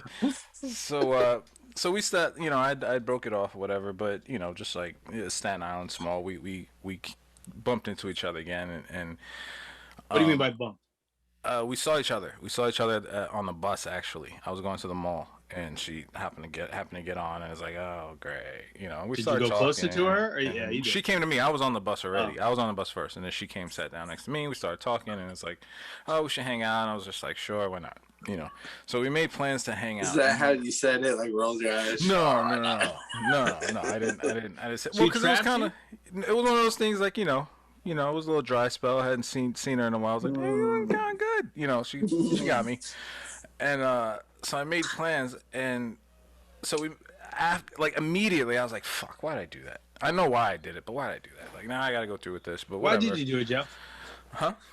What? Sorry. So for our listeners, so what happened was Joe jerked off and then got that moment of clarity. Yeah. Like, what the fuck did I do? Yeah, basically that was pretty much, like I said, it was a dry spell. So that's pretty much what happened. So all right. Just to show you again, men will do anything if this shit. We're like, it's men. It's Jekyll and Hyde. It really is. Yeah. Jekyll and Hyde. So zombies. So we made plans, and the night comes, and I got off of work that night, was supposed to go home, and mind you, this was like early on in cell phone days, and she had sent me a picture, like she had got all done up and nice and stuff. So I was like, okay, and I was getting off of work. Plan was to go home, get ready, change, and she was gonna come over, but then Dre, shout out to Andre, who's been on the podcast plenty of times. He's the guy with all the lights. The guy with all the lights. He had just gotten a new Madden, and I had earlier that day for. You remember what year? For whatever. This was 02. Who was on the cover? 03. It was 03. I don't remember who was on the cover, but it was 03. Maybe Marshall Faulk. And so he had just gotten the new Madden. He's like, hey, I got the new Madden. I was like, shit. And I had just gotten a box of Cookie Crisp. right? So it was like, fuck, and we had smoke, so it was like, like we had weed. I had the munchies, a Cookie Crisp, and New Madden, or I get some pussy. I knew what was gonna come with if I would have, gone back and did the double back and hit it again. Like I knew what would come with that, like just the drama. So I stood her up to go play Wow. John Madden 2003 and eat Cookie Crisp with Andre, and it was a fucking great night, by the way. And it was a No bro date. regrets. it was a bromance, and shout out to Dre. Like it was and he was so tickled at the fact that I stood her up for him. He did and proceeded to beat my ass in Madden. It was all worth it. You could have beat some ass, but you got your ass beat. Yeah. So it was more of a bad experience for her, I guess. And I don't even remember what the excuse was. Have you? Right. Wow. And did you see her after that? Did you ever? Right. Does she know that's why she gets stood up? No. She doesn't know that, and Does she know now? only No, I've seen her on Facebook years later. We're cool. We're friends. I mean, she got like 50 kids. Oh, not now, after she sees this. she won't know. She won't know that she was stood up for Cookie. For Cookie Crisp. And although she might be like, wait a minute, I was stood up back in 2003 by you. So. Oh, sat next to you on a bus. Hey, it's Staten Island. That's like how you get around. It's a small world. Yeah, small world. You know how many people I've seen on the bus in Staten Island? Buses. The shelter's When you real. said bus, I was like, all right. So anyway, that 46. our hate mail goes to wokenupwoke@gmail.com. So yes, And big huge.com. Huge F. Wow, that's for some Cookie Crisp and some Madden. Wow, Dude, Cookie Crisp. it's your would priority. you be Shipping offended? Cookie Crisp. Let me ask something. Would Did you you be drink offended the though milk? if a lady did that to you? No. Girls' night out. Really? You respect that? I respect it. I feel like I'm the times I've had dates, I'm just waiting for an excuse. You know what I mean? I'm waiting for, it's like, oh shit, she showed up. It's because of the chairs. It's because of the chairs. Yeah. I mean, I don't know. I've never, and I don't mean to put anyone down by saying this, but I've never had extremely high standards. You know what I mean? Like, if you have one redeeming quality, you know what I'm saying? Dude. Like a smile, a cute laugh, or Dude. something. If you're just nice to me, I mean, Dude, your wife watches this show, bro. Like, disclaimer. Present company excluded. Thank you. Wow. Oh, but yeah, so I should tell you how I met my wife. So we work together, right? We work at a hotel. There's one time He was on a bus. No, it's totally me, right? So at the time I wasn't working security. I worked in the kitchen. I worked in stewarding. So stewarding, you do a little bit of everything. You wash dishes, you clean pots, you mop, you sweep, you set up banquets. Like whatever the fuck they can think of telling you to do is what you do in stewarding. Right. And when you get home, you don't want to wash dishes or mop it. Right. Exactly. Yeah, That's the porn why stars I know. feel. I know Evan's pain. So I did. I did that for like a year. My wife, she's a pastry chef at this hotel. So at that time, we actually worked together a lot more because I had to work directly with the kitchen. If they need certain things clean now, all right, I got you. Bang it out, clean it, give it to them. So this was the end of the night, and this was like end of her shift, beginning of my shift, and I was at this table where we take all the silverware. I'm talking about thousands of fucking forks and spoons, dirty, disgusting, and you have to sort it and get it ready to clean it. And I was doing that. She was working late baking cookies. And I smelled the cookies because the whole fucking kitchen smelled like cookies. And I'm like, damn, where the fuck is that coming from? That smells good. And I was starving. I was like drenched, sweating, working all night. And I was like, fuck, that smells good. She comes walking down the little kind of aisle holding, waiter style, this big sheet pan of cookies. And I'm like staring at her like halfway, gawking. And as she's turning into the pastry kitchen, she's holding a thing. I'm like, she's not gonna make it. She's not gonna make it. And she clips the back of the pan with the door. and this whole shit falls, knocks the whole thing over. I'm like, son of a bitch. And I'm like, son of a bitch, because it's my job now to clean that up, right? Because I'm not gonna. You weren't concerned about her well-being or that she was embarrassed. No, You just stood You back. knew it was Yeah. gonna happen. Yeah. You There's a failed couple to things. warn her. Right. I was one, upset because like now I can't get one of those cookies. Two, I gotta stop. I was already slammed, and I gotta stop what I'm doing to clean up your mess, because I'm not gonna have her clean it up, right? She's gotta finish. She's gotta make a new pan of cookies. Would you have made, hypothetically speaking, would you have made it if you can go back in time Mhm. and it didn't change her night? Would you Right. have made her clean up her mess? No, because she's cute and and I want to be nice and make a good impression. And mind you, I should say we had met prior to that, but it was in passing. It was like, oh hi, new guy, how you doing? That was it. I didn't even honestly wasn't even sure she spoke English, because a lot of people in the kitchen didn't speak English, and it was so quick. No, most people thought I didn't speak English. I was gonna say she thought the same of you, Joe. Yeah, no, seriously, most people thought I didn't speak English. That's right. I remember you saying on one of our earlier stories. Right. That's true. So that was the start of it. That was kind of like, so now we're both kind of like picking up the cookies, and I was just like, no, I got it. You go ahead and finish. And I could see. Wait, how did she say it again? I was like, no, I got it. You go ahead, finish what you got to do, right? And I could just see the emoji heart eyes in her eyes. Oh wow, you knew you got it right then on that point. Yeah. Because the moment she dropped that, I knew like her night is even. She was already working late, so the fact that she dropped all that shit, I'm like, oh, you're having one of those nights. So I was like, don't even worry about it, because she is the type of person that would have cleaned it up herself. If I didn't, if I would have left it alone, act like I didn't see that, she would have went and cleaned it up and wouldn't have been a problem. But I was far enough away that it was kind of a bit out of my way to help her out and clean it up. So and I didn't think we would be getting married, however many years after that. But it's life, man. It's crazy. Wow. All right. Yeah, but you, buddy.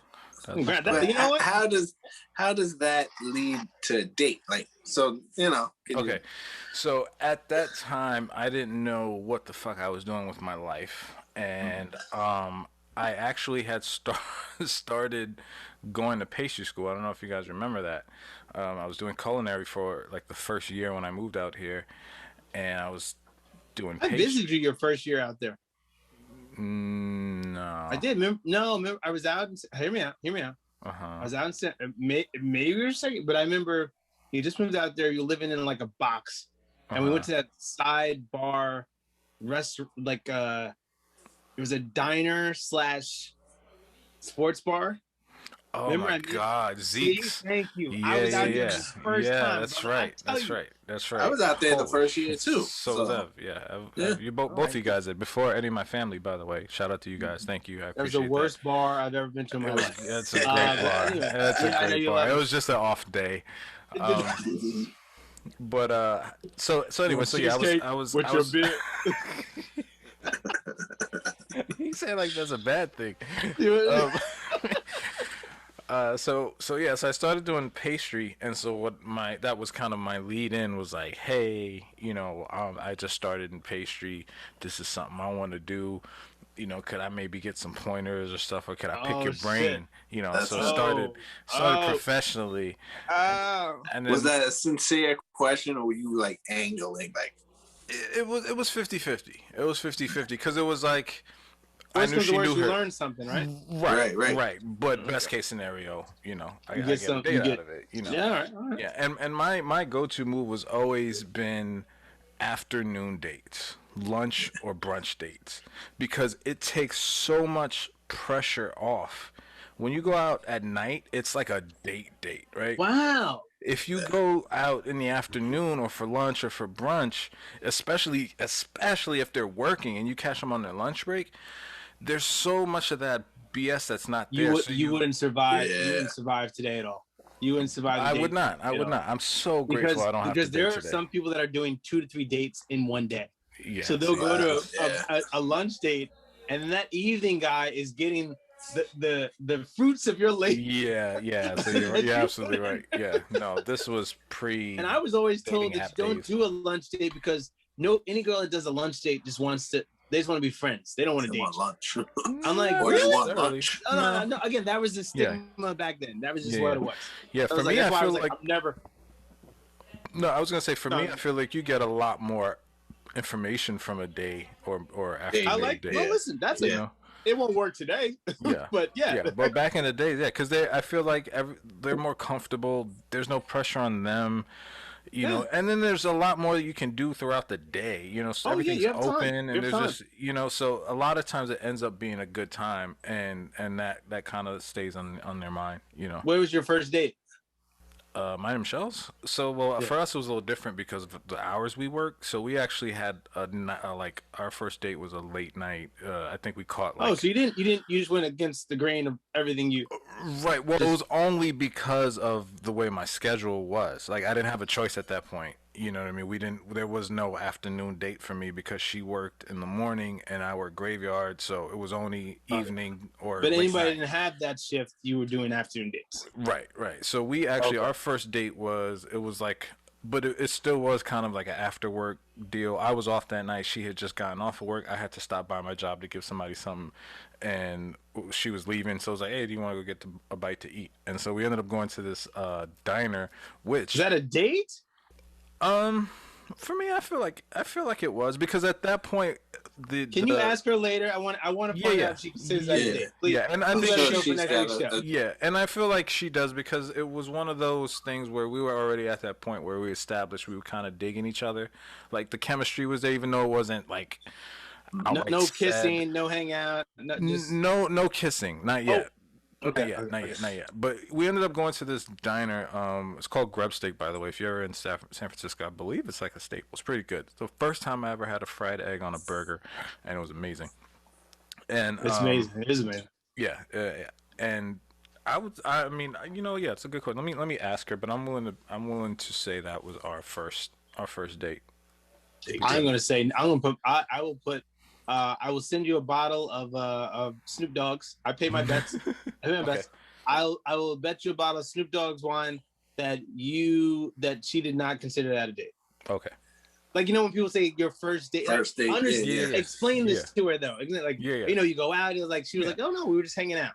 Well, she'll watch this. So she'll watch this, and then she can make her. But I think she will look at it as a hangout versus a date. She knows you're losing something, so of course she's not. Right. And that may be true. I may have been my first date, and our first date was actually my second. Yeah, exactly. We've been on 2 days. No one. No. Did you pay for dinner? Oh, of course. Did she offer? Yes. Did she attempt? She has always offered. By the way. That is nice. Great. Yes. Let me tell you something. That goes. Do people understand? That goes. Yeah. So you want to find out why things aren't working out sometimes? Yeah. Just little shit like that. Yeah. You ain't even got to pay. Just reach in the vicinity. Yeah, and it wasn't even That's the my fake word. I like reach. Vicinity. I like vicinity. That's my word. That's my word. You can pass. You can pass with the fake reach. I even give you that. Where you're just kind of going slow. Just even the effort. A glaze just to look down at your pocket like, oh. All right. Yeah, but no, she was like I'm like, oh no, stop! Like I got it. Like she was in there. Really, there was no question in her mind. Rubbing your head, it's like stop. Joe. Yeah, because she's probably like, no, this isn't a date. I don't want you to right. Oh yeah, exactly. Exactly. Again, I don't think it was a date. No, I don't you think weirdo. No, you weirdo. I was hungry. I just got off work. I happen to bump into you because you have no wife and you're hanging out at work.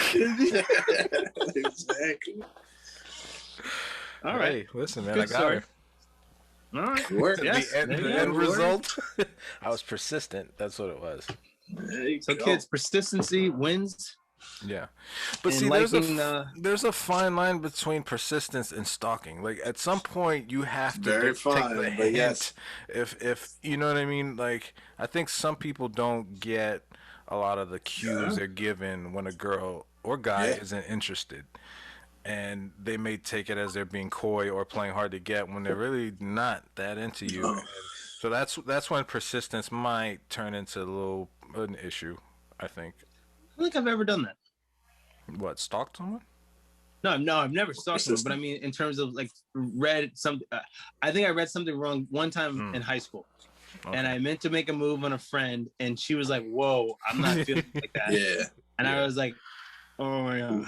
Yeah. And I crumbled, and I was like, Yeah. "Okay, I'm could be gonna a go killer. over there." And now your friendship is ruined, like everything. Yeah. But then I also had a friend who was smoking hot in high school, and she was like a big thing in basketball. In girls' back, I won't give any names back in the day. Play in Staten Island, I was doing my thing.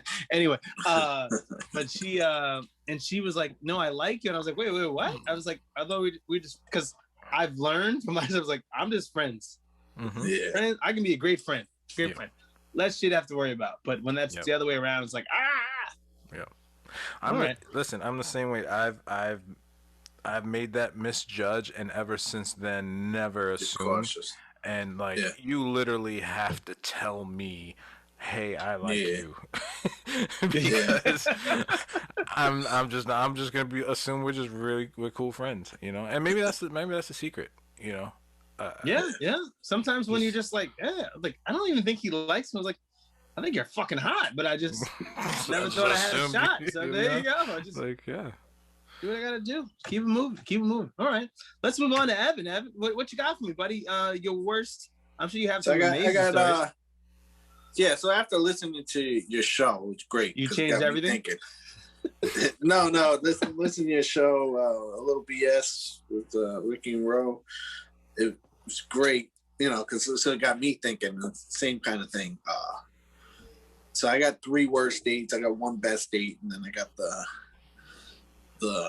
the wife experience. But I do want to preface it with I was a late bloomer. You know, I kind of dated. Hi, Ricky 2.0. You said the same thing. I was a late bloomer. It's like, what is that? I was. In the sense that I didn't, like, I dated maybe 2 girls in high school, and then when I got out of high school, there was a couple of things, but nothing, you know, never had a girlfriend or anything like that. So really what happened was, once in my 20s and being young and, you know, early 20s, not having a girlfriend and just trying too hard did not work. So there was a certain point when I got to like 25, 26, where I was just like, it's like, you know what, I'm just going to stop and stop pursuing, you know, stop trying so hard, but stop doing gay porn. Stop the gay porn. Start doing gay porn. Stop. No, so I literally like just stopped like trying, like, you know, in the sense that, you know, I wasn't gonna try to impress women and actively pursue it, because it was just, I don't know, it was too hard with striking out or whatever my perception was.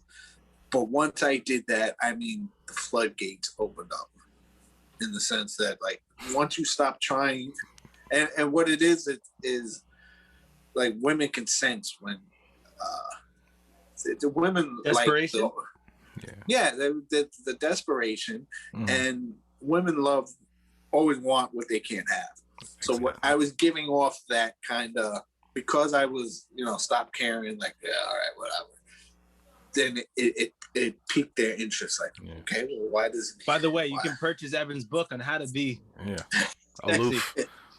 And the thing is, once the floodgates open, everything gets moist. Everything gets moist and amalgamated. So it was like 25, 26, after a point where I was just like, let me, you know, I focused in on work. I was doing music and everything was hitting. I'm like, you know, a relationship would come. I wasn't actively pursuing anything. And it was just, you know. That helped your energy, though. That helped you focus. Yes. I didn't know that. Me being, you know, young and dumb, and then, you know, learning this, and it was like, ugh. So opportunities opened up. So I got 3 my worst dates. So one of my early on dates was in my younger, before I stopped caring, where I was trying too hard. I got set up on a blind date. So it was funny. It was through my job as a delivery man. One of like the mothers on the route was like, oh, you know, they love me, man in uniform and all that. And they were like, oh, you know, I got someone for you. Hold on, sorry. I love the two of you always say a man in uniform. You have no idea. No. I know you guys are delivery guys, but in my mind of all minds, when someone says a man in uniform, I don't ever, and I apologize, no disrespect, but I never, ever. FedEx. Next guy, UPS. He's thinking of the what was that? The Mad TV. Remember the UPS guy? That's what you're thinking, yeah. Yeah. So again, finish. But I love when you guys are like, you know what I'm saying, uniform. You put on these stripes and. Yeah. So there was these two older women, and I delivered to them, and they was telling me how wonderful I was because I was just being myself with them. You know, I wasn't trying to get them. It was just completely, just natural. And so they wanted to set me up with this girl's niece.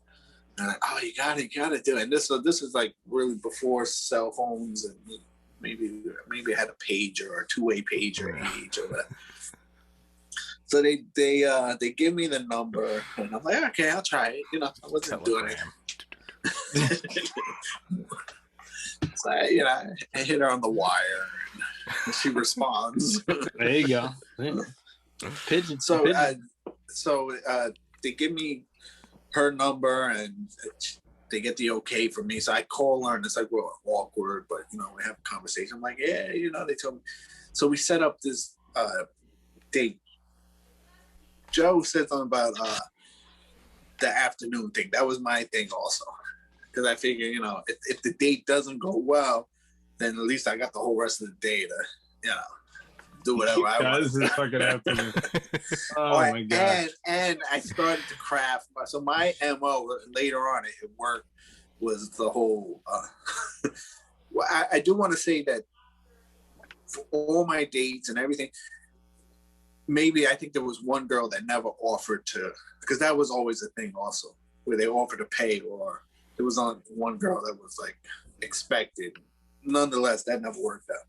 But they always were like, this date I'm talking about, she didn't even try. But so my MO, what I started to craft was, I'm cheapskate. So it's like, I would do things like either a park, and then if it worked out there, then maybe we go get something to eat. If I was living on Staten Island, incorporating the ferry. The ferry was a good one, especially in the summer, because you can get drinks on the ferry, and then you go outside, and if you time it right, you go at sunset on the ferry. The ferry's only good if they weren't from Staten Island. Yeah, exactly. Right, exactly. No, I did not date women from Staten Island. It's gonna be amazing. You're gonna love it. We get some drinks. That is true. I did not date women from Staten Island, and so that was great. You want to go on a cruise? How long is it? 30 minutes. You'll love it. 28 minutes. Sometimes. 28 sometimes. You never know, bro. That shit. On a good day. On a good day, 28. Depends which way the winds are blowing. She was flying. Oh man. Yeah. So and we get to see the Statue of Liberty. Yeah. Which side honestly though, he's, you know what? You get the right side with the Suns and a Foster's. You're good to go. Yeah. Foster's, yeah. Foster's game. I missed that, man. No, but that's how you know what kind of girl you would too if you do the Foster's challenge. For people that don't know, on the Staten Island, I fucking hate Foster's more than life. Oh, yeah, me too. You gotta finish the beer before you get to the other side, or the last person has to buy the first round of the bar. Yep, finish the Foster's. That's the game. Finish the pint. If you don't know, Foster's is literally a barrel of beer. Australian, it's a can that's like this size. And Australian for beer. It's bottomless. It does not end. Aussie. Doesn't end. You end up trying to pound the last third of it. Oh yeah, oh, God. Yeah, you don't do that. You're dumping it all over the side of the boat.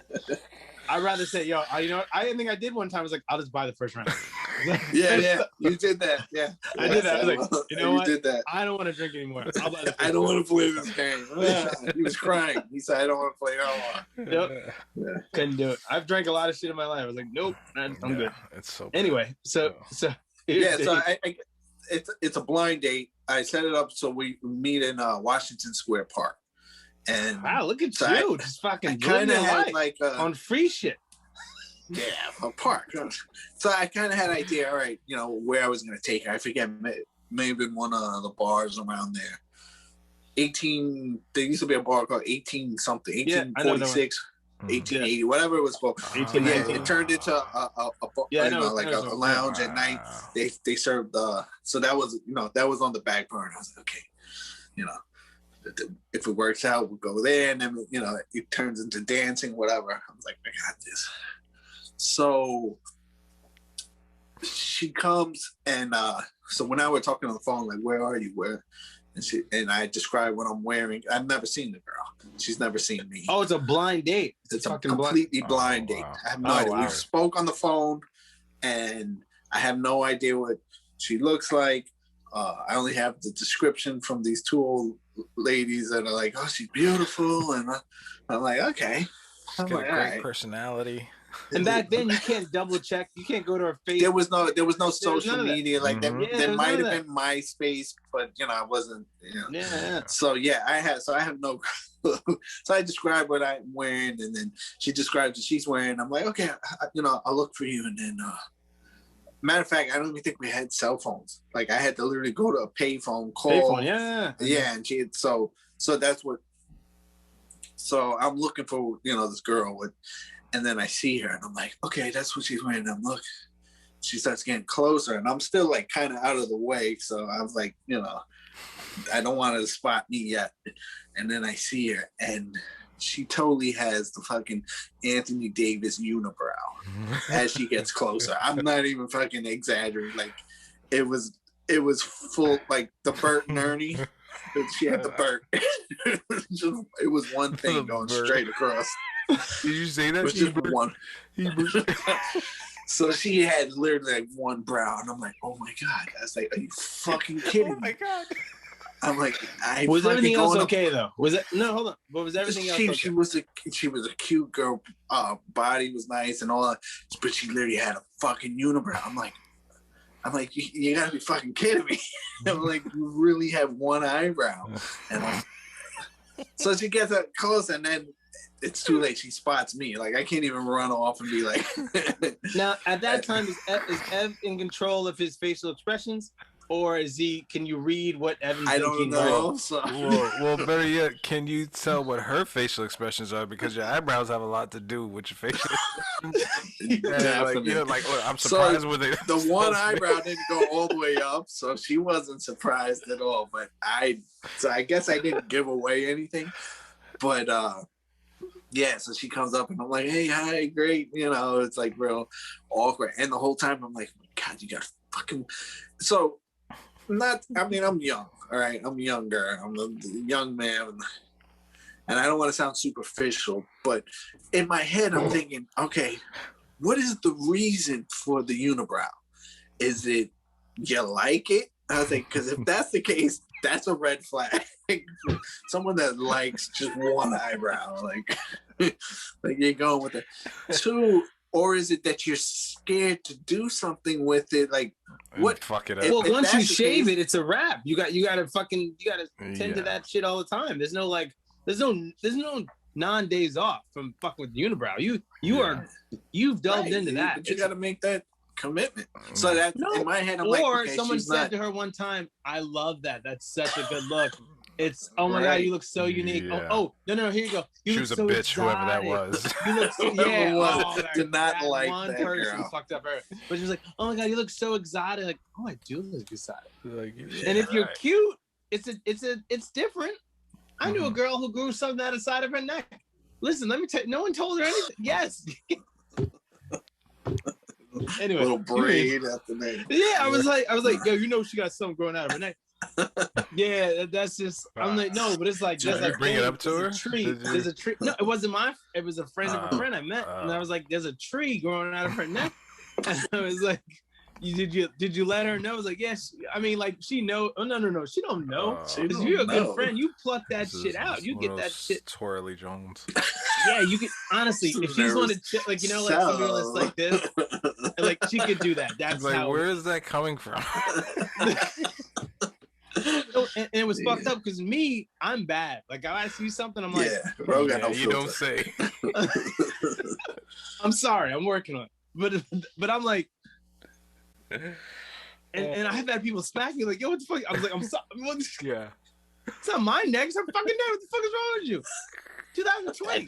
What? Roger is one of my few friends that comes with a warning. Like, okay, Yeah. before you meet him, he's a great guy, but he Listen, may. Listen.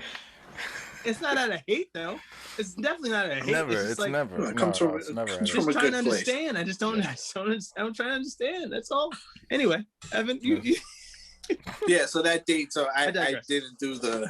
I didn't take her to that 18 whatever. I was like, literally went to a diner, and I was like, I would have gone to And a then- dark. I would have took it to no, No I went Mouth to a diner and just had a good No time. Mouth. That's what I would say. No Mouth. Get to Sephora. Been like, You know how hey, many dates? Yes. Get a makeover. Get one of Oh, the you free should ones try in the this. mall. You're right. Go to yeah. one of those You carts. should try this. Listen, can we do that right quick?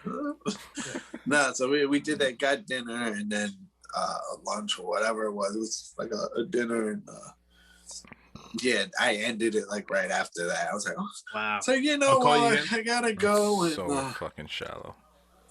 yeah, it was horrible. It was horrible. He prefaced the story like, I'm not shallow. I was completely shallow. I mean, there's some things. I was just so Unibrows so for you are not the way to go. a young shallow unibrow was not, you know. Would you accept Coulda. single if a single Evan was available now? Would you accept the unibrow? Nah. Still not. Bro, All right. come on, do something. Like, You had to choose Or between at least, unibrow like, or give me a gay heads up. porn that you got paid for. give me a heads up, you know. He didn't Like, hear that hey. question at all. That's great. Yeah, I Um, didn't block that out. I already know where that's going. So. Is But the yeah, give me the heads unibrow- up when we're talking. There's no social media like, hey, by the way, when you see me, I'm wearing the blue jeans, the white blouse, and I got the unibrow. You know, Yeah, start with that. You don't even I have to usually say say anything that. else. Back in the day, I used to say like, I'm the black guy wearing the red jacket. the white And then pants. you see what kind of sense of humor. I always do that to see what kind of sense of humor people have. And Yeah. I'd be like, yeah, I'll be the black. When I was dating on Bumble, I was like, yeah, I'll be the black guy in the bar. And they're like, haha. You're so silly. It didn't literally go in. Oh, I'm like, it's the I black am, guy I'm in the the black guy bar. here. Yeah, so there you go. Yeah. Okay. So, so that my second worst or another bad date. So now I'm old. I'm 25. I forget what the age is. I had my own place. Joe, this is where I met you. Remember when I had the place on St. Mark's? So I'm doing music. I'm working part-time. I'm making money. I got this nice apartment on St. Mark's Place. I moved back to Staten Island just because it was economically better. I had a nice car and all that. So one night I got set up. It was a friend of a friend of my sister's. No, actually, it was a friend of my sister's, her sister. So, we agreed to go out. So my date was actually at my apartment. I'm like, well, why don't you come over and I'll cook something for you, and she was all about it. I'm like, oh yes, this is even easier. I ain't even gonna go nowhere. I think I ended up ordering takeout or something. I forget what it was. Or maybe I cooked. I don't know. But anyway, she comes over, real nice girl. She comes over, and either while the food was cooking or while I ordered or whatever was happening, I had a chessboard in the living room set up. And she's like, oh, are you playing? I'm like, yeah, I play. So I'm like, hey, let's play, while we wait. And so we sit down to play chess, and she literally does look like some fucking one of the gambits. She does one of the gambits, but beats me in like 3 moves. I'm not even exaggerating. It was like three or four moves, and puts me in checkmate. And I'm like, So yeah, this shit ain't going nowhere. I'm like, fuck you. I'm totally like, fuck this shit. Most people are like, yeah, that's great. I want to. You're like, nah, fuck this shit. fuck Nah, I was completely turned. I was like, can't deal with that negativity. You just fucking embarrassed me. I'm like, fuck this shit. You just fucked up This a good is thing, a girl. rug. So roll with this damn chessboard. Yeah, that one neither. That's funny. Man, I would love to see the move she did to you too. Oh my god, it was 4 moves. I've been like, and I was just like, huh? I was like, I always I'm find it thinking something's fascinating. wrong. I've played 2 women in life in chess. I didn't lose, but I just found it interesting that they wanted to play chess. I was like, you sure? And I was like, yeah, let's play chess. And I'm like, wow, that's crazy. I've No, played but chess I my felt whole the- life, and I don't think I've ever played a woman in chess. really? Yeah, I can't think of once. I know my sister knows how to play, but I don't think we've ever played. Yeah, I played only 2 in my life. Interesting. So A decent chess player too. So that's why I was like, all right, look for it. Obviously. Obviously not. So Ev, what's the story behind how you met your wife? How'd you guys? So so that's fine. Oh, before I get there, because I got another real quick. I think that was Joe telling you we don't have enough time. Oh no, I was this just. up. I have to wrap it up, but I was just. No, so I do have Like, another bad can you date just that go I to how you had met was your wife, please? Yeah. when after me and my wife met, we were dating, or in the we actually had a kid together, and we kind of separated. She'll tell you, she was like, we were on a break. I didn't know we were on a break. So Same way I didn't know we weren't on a date. Same way I didn't know you had a kid. yeah, same. Well, same. What? No, we had our rough patches, and so I had told her, I was like, well, I'm gonna start seeing people, and I had set up this date. So one time we went out. I don't know, bro, if you were there, but do you remember we went out one night to the seaport?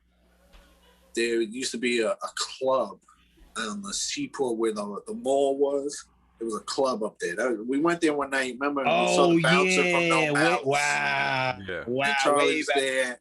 Yeah, we saw the bouncer, and he's like, "Oh shit, it's the No Malice guys." And we're like, "Cool." We get in, and so we met some girls that night.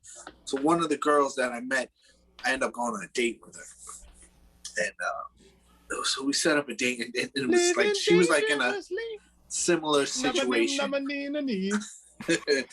She had a kid, I had a kid. They were the same age, so like we kind of hit it off, and so we go on a date and we go to see a movie. I can't remember the movie. I want to say it was Cowboys and Aliens. But we go. That was last year. What are you talking? No, this was. It was a different Cowboys and Aliens. That was all right. It's a porno, bro. What is it? Yeah, all right.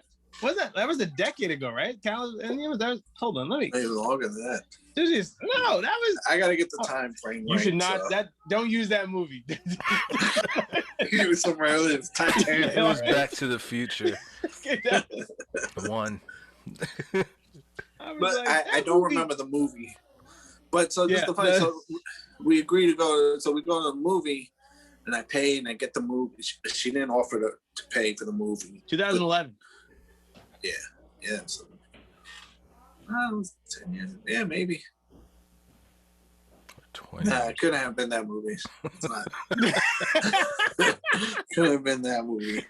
Well, it's funny because my wife definitely knows about. She knows about the date. She remembers but anyway, that. So she's. We might have one less person next episode. So Do it. don't ever. Rule of thumb: when you have a show, you should never have anything date you. Yeah. In terms of movies, things in life. Oh, So the storm, Sandy. Oh yeah, I was thinking girl named Sandy. No, it was a different. I'm in Sandy from the group home, not that Sandy, not the storm. Man. No, it was Katrina. Sorry, wrong storm. I get my storms mixed up. You know? Just like my movies. So we go to see a movie. I don't know what the movie was. But I pay for the movie. We go into the movie and we sit down and we kind of go. Right when we sit down before the movie starts, she tells me that she's seen it already. So I'm like, what the fuck? Like, why? I was like, so why are we watching this movie? Like, right when I asked, I was like, hey, you want to go see? Right. I'm like, you want to go see this? And you were like, yeah, let's go see. Then we sit down. Then you tell me you've seen the movie already. I'm like, all right. So then that's why you didn't date her. I get it now. Yeah, this is bad. Yeah. So then the movie fuck starts. My wallet is what you're telling me. For real, like, oh yeah, okay. So then we're watching the movie, and she's fucking spoiling the movie for me. She's like, oh, watch this part. I'm like, you fucking, it fucking annoyed me. So I'm like, what's worse though, when someone's watching a movie, someone asking you questions. So if you say you've seen the movie already, and someone just keeps on asking, I'm like, I'm not saying shit. Just fucking watch the movie. I'm not saying shit. I'll explain afterwards. Stop. Or what you had. What do you? I'm sorry. Can I interject real quick? Yeah, go ahead. In today's world, with being able to pause everything, I would much rather you ask me, because I will pause it and explain everything to you and bring you up to speed, and then we start again. But you ruining, there's no turning that back. You fucking telling me that everybody was dead. Everybody dies. Like, it's just like, you know. That's what I say now. Ruining tell the me what happens next. Yeah. Everybody dies. That's what I say. Yeah. Everybody dies. Literally ruins the movie, and I was like, wow. That's a big spoiler too, because you don't know what's going on in that movie. That's damn. Sorry. So not only did you waste your money, but you wasted your time. That's great. Yeah, it was good. So that was definitely one of the worst dates. But to Rose's question, because that annoys me too when someone asks me about a movie, because then my response is, I'm watching the same movie you are. I don't, you're asking me. I didn't make the fucking movie. You asking me for it? We're watching the same thing. I've really had to look. I was like, you know what? I'm gonna pause this. Is there any more questions you have? Yeah. Let me know now. And the fact, if you're asking questions, I will have these fights with my wife. If you're asking me a question about the movie, it means you're not paying attention, because my wife will do that, like be on her phone. Because people's attention they'll be on their phone and be like, very oh my God, short. this movie So sucks. Yeah. See, I think that's one thing where me and my wife, we kind of work together well, because we both have our stupid games we like playing on our phone, and for the most part, we'll watch the same thing. So if I notice she's like playing her game, I'll pay more attention, because I know the question's coming, like, wait, what happened? Wait, well, how they get there? Why they're in France? You know what I mean? And then I'm like, oh, well, this happened. Oh, okay. And then vice versa. If I'm like not paying, she knows that I'm not paying attention. And then our kitchen and living are pretty much the same room. So if I'm doing something or she's doing something in the kitchen, we know that one person is not paying as much attention. So, that's why when Ro asked the question, I'm like, I would much rather that, because we do that most of the time anyway. But if you fucking it up for me, I don't know. I wouldn't have. We can't be friends. Like, I'm deleting you off of like the grid. I don't even want to see you on my timeline. It's tough. Yeah, I literally left right after. I was like, all right, this is, and she was like, oh, so you gonna? Because she was like, oh, where we're gonna eat? I was like, nah, I gotta go. So wait. She wasn't cute enough to try to like hook up. It didn't matter. No, I was just like, nah. Really? You were that turned off by the movie and everything? Yes. I would think at that point now, I'm like, I have to at least to justify for I was, one. Oh, wow. Okay. Yeah, all right. no. Different mentality. All right. No, I was no. I respect that. Yes. Also, I did. I had a baby mama and all that. So I was like, oh, you're in a relationship. relationship. That's right. You're in a relationship. Yeah, I was in a relationship or whatever was going on between. So it just wasn't that serious. Like, I was looking for something. Yeah. So it was, I could have just like whatever. You on a break? All right. Yeah, we were on a break. So how did you and your lovely wife meet? Oh, yeah. I wanted. Yeah, I got my best date, and it's in that same time frame. There's only one, but I want to know if you guys remember this. So I had one date. And I've only as much as we go to Hooters and all that, I've only dated one girl from Hooters. And my wife knows about this. It's the same time frame. And it was really like I was, trying to get out there, maybe, should I start dating, whatever. So I dated this Hooters waitress, and I took her to Hooters for the date. Yes. So, which was great. Yo. Is that like You having are sex with a fucking porn me. star on the first date? No, it's getting the camera out, I think, on the first date. yeah, I think okay. the video camera on the first date. Yeah, Yeah, right? That'd be more Wait, like, so oh, now why this friends is will be the here. best date is, for one, she was totally cool with it. Like, all right, let's go to Hooters. Like, all right, like kind of like a joking thing. like what? But what in your mind thought that was a good idea? I didn't get, again, I don't care because I'm like, He wanted them wings. where You know I'm what at, saying? where I'm at The in my wings life, are I good. really wanted to have wings. So I'm like, You don't understand. so when we set this Things up, are amazing. right? When we set this up, like, If you have okay, the let's team working, it is. right. When we set this up, like, hey, you want to go to the date? I was like, well, I really want some wings, so I'm going to Hooters. You can come. And she was with it. She was like, okay, cool. Let's do it. Like, and we went, and it was fun. Then I called I would be you afraid of guys. the cock blocking there. That's the only reason why I would be. It sounds like a genius idea. Genius. But the only thing I'd be just like the workers, the managers, like everybody's just kind of like I don't know. But that could help you though. Yeah. It Right. could, but it also did. hurt you. It was- I don't know. It's a big gamble. The I fact think. that she was with it was like a ego booster to me, because in my mind I'm like, okay, well, she's trying to show me off, and like I don't, I'm going to where you work. Oh, you took it that way. She's with it, yeah. She was You like, took it cool, back. All I'm right, gonna all right. show this guy off. I was like, okay, cool. So I think that's why. Or maybe she's worked. never eaten at the place that she's worked, like in terms of like understand, like maybe in her mind this is an upgrade from McDonald's, and she's like, I've never eaten an establishment like this. I just worked there, and so I've like, never oh my done god, to fine be a dining part of like that. this. Yeah. Oh Yeah, my I'm God. pretty sure the Hooters girls have tried the wings. But not Fine dining. but not the atmosphere of sitting there and being waited on, and like, oh my god, I don't work. Like, imagine you basically almost took her out of that position. Like, she got to see it from the other side. So it I probably took blew her her to her mind. fucking job, bro. Yeah. no, there's No, like, there's no deep levels, no levels there. Yeah. Okay, there's no all right, level. sorry. I was like, yeah, I I took you tried. to I tried. your job, but you were still cool with it. So I'm like, okay, all right, this is. So again, everything at that point in my life, like where I really don't care. So I'm like, I'm just fucking trying anything. And the fact that it worked, I'm like, okay. She was receptive to it. It was great. We had a great dinner. Maybe she'll pay for the wings too. And she definitely offered, and I was like, she offered. She was like, no, I got this. May have been payday. Maybe she picked up her check or something. I don't know. Wow, and she paid for you too. Wow. So, You are but I winning, called brother. you guys. So I call you guys. I'm like, what are you guys doing? I was like, I'm on a date, but what are you guys doing? You live, Ro lived on Bank Street over there. You had the apartment over there, and you were like, well, we're about to, we're gonna pregame, and then we're gonna do something in meat packing or whatever. That place I was like, changed my life. Oh. So I was Mine like, too. cool. I was like, I'm on a date. Can I come down there? We'll meet up, and then maybe we'll all go out. And she was Yeah, cool I with remember it. when I was the chick that night. You guys came. Yeah, I remember that. So she's like, yeah, I'm cool with it. So we come down. And that to was a your winner place. for anybody bringing someone to my Yes. place for pregame. Like that helps So your that- game. Like, oh, that's your that- friend. I'm like, That whole thing coming to that apartment in the village, and she was like, oh wow.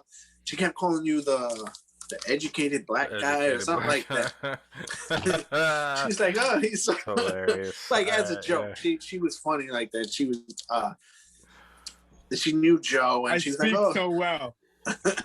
so racist. But no, I think she was like half black or something like that. I actually So- said it to somebody. Someone said like, "You speak okay." I wouldn't say you speak well. That was the best line someone ever said to me. He was like, "You all right? I mean, relax. You ain't dropping over big words. You can write a sentence and shit. Chill, brother." So we get down to your place, and it's like, the place is nice, and then Joe's there, and Joe's fun. At some point, so while we're there, I think we start pregame. We start having some drinks. Tone shows up. Tone asked to use your computer. He's like, hey, can I check my email? Joe knows what I'm talking about. So we're sitting on either the couch or he had like a little bench or something there. And Tone goes to check, he goes to check his chair. I email. had my table set up that you had my computer there, and then I have a couch and then bed, and then I'm not paying attention. So we're having the drink, and now she's looking over, and like I could see her eyes like light up with her.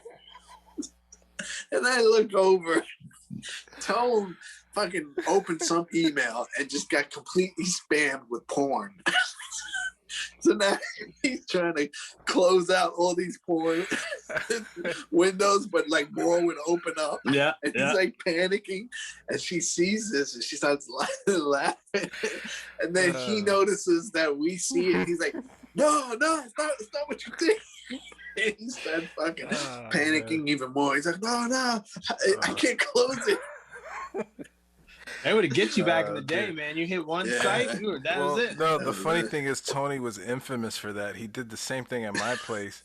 You guys remember at one point I had my computer on that wall, the same wall that's shared by the kitchen and the living room, right? So if you're sitting there, whoever's in the kitchen can't see what you're looking at. So my dad was home, and me and Tony were in the living room. My dad was in the kitchen, and Tony wanted to show me. I remember it was Deion Sanders, it was like almost like a Cribs, where they showed all the stuff he had. He's like, bro, you gotta see his crib. It's sick. But it was the same thing. It was like an email that somebody sent. Did you ever share that story with Deion Sanders when you met him? No. This was after Deion Sanders. Okay. I mean, this was after I met him, I should say. Yeah. So he fucking goes and same thing. He's like, bro, you gotta see this, and he clicks on it, and it's just same thing, just spam all this fucking, and I'm just fucking in tears because just the setup for it, the delivery was great, and then like my dad is talking to me now, and he's panicking. He's like, son, and he's just trying to close everything. The same before thing. my dad comes into the living room. It's like, so yeah, Tony had a problem with emails apparently. Not for everybody. So it was the same thing. He was like, "Oh, son, I can't." So that was funny. With a good icebreaker, I guess.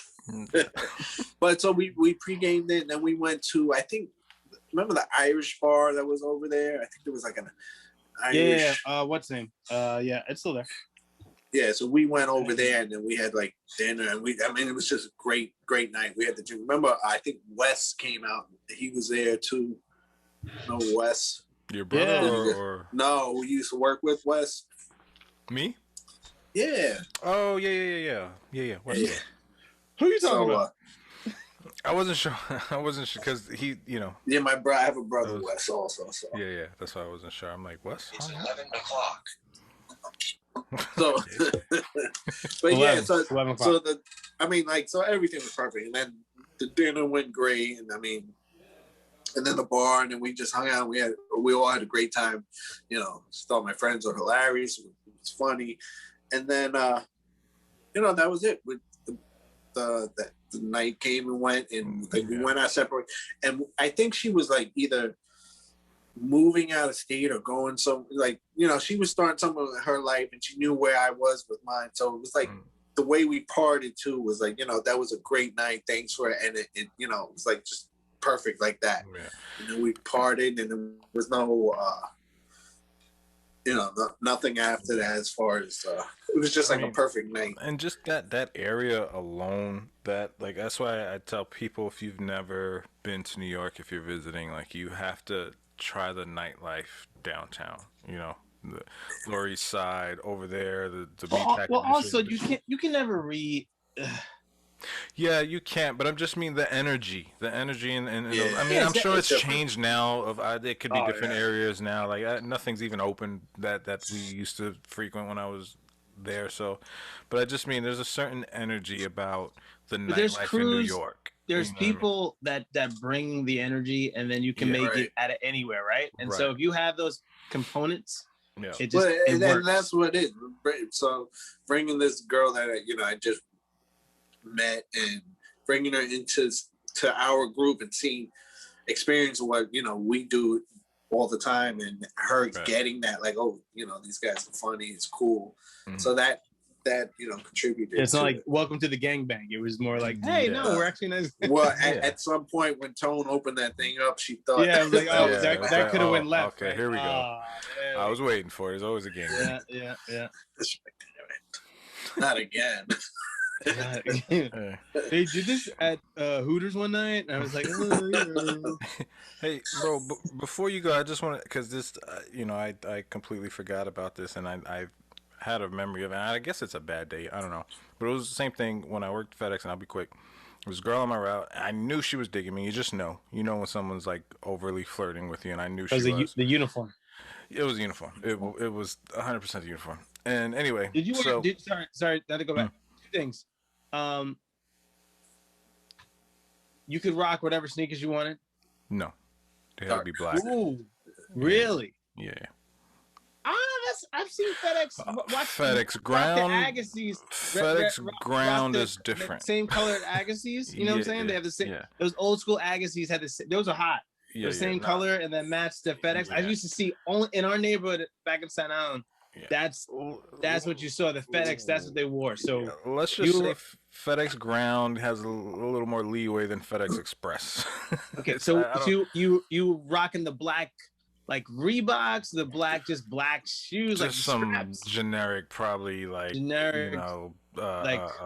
Is it like a work shoe that you like put a suit on? Yeah, I wasn't wearing good sneakers to work. No, they were sneakers. They were black sneakers. Black sneakers. Yeah. Because you're walking all day, so you high socks or ankle socks. That's where you get them. You wear the 3/4 black socks. 3/4 black socks. Yeah, that's where you really you kill them dead with those. Ladies, gentlemen, if your wife is at home, be careful with 3/4.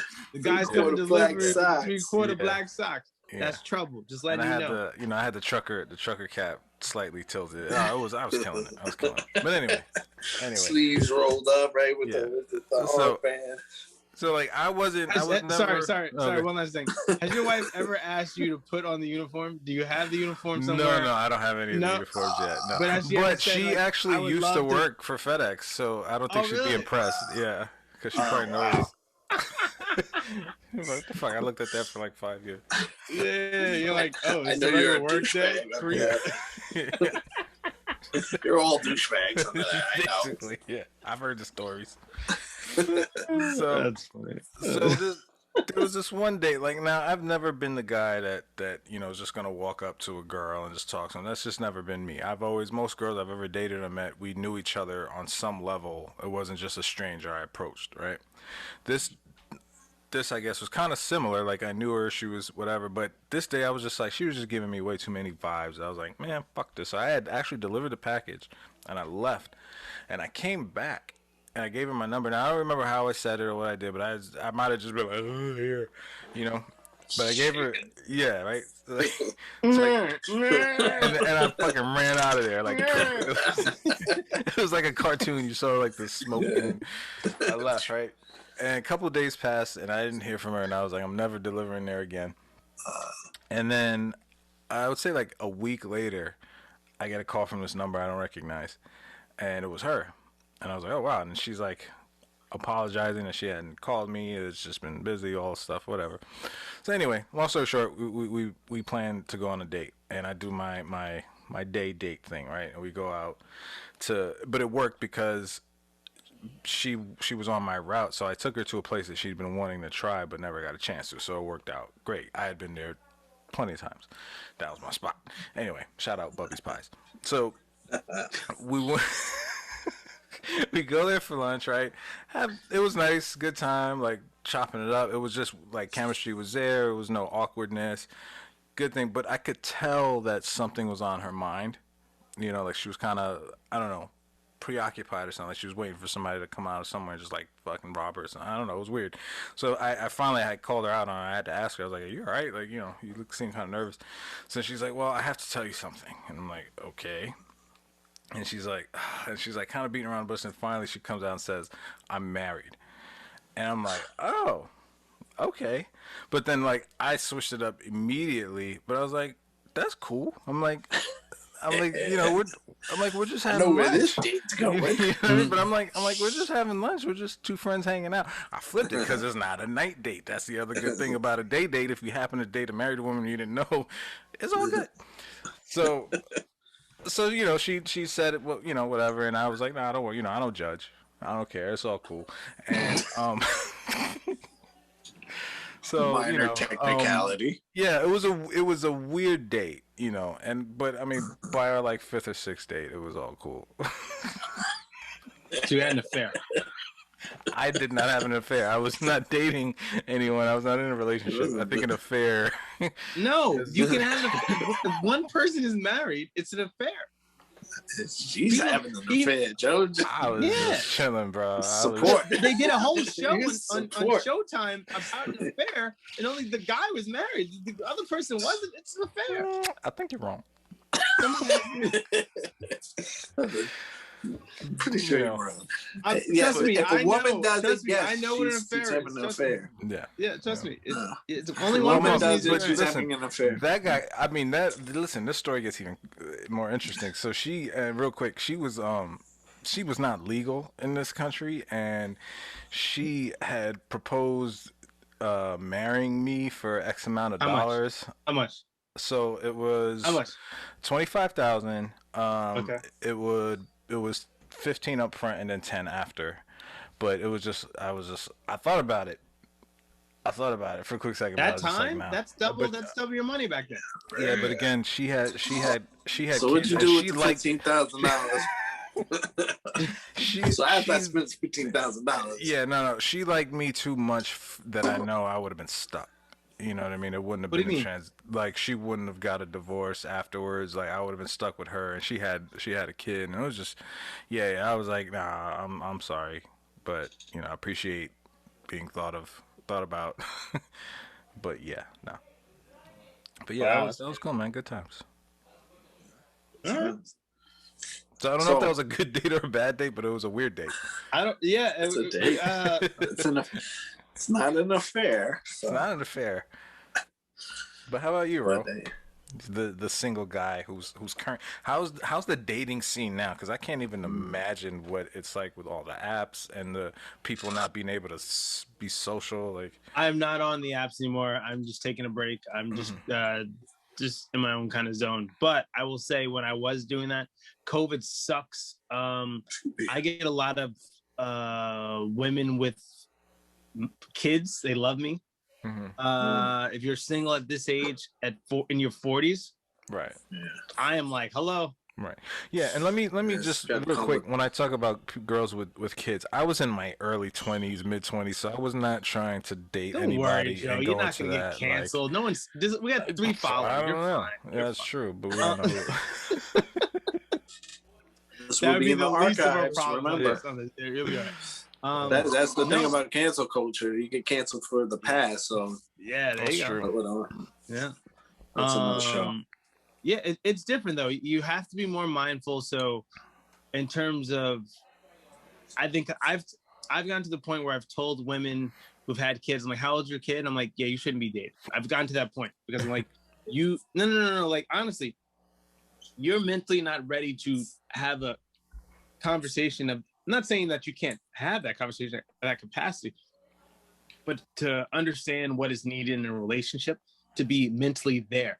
Because you're thinking about what your firstborn, you're thinking about what they're doing at home, who they're with, what's going on. COVID, holy shit. That's Right. You're thinking like, oh So my God. you're saying like the younger the kid is, like if the kid's older, then you you're good. you should. I would say 6 is the youngest.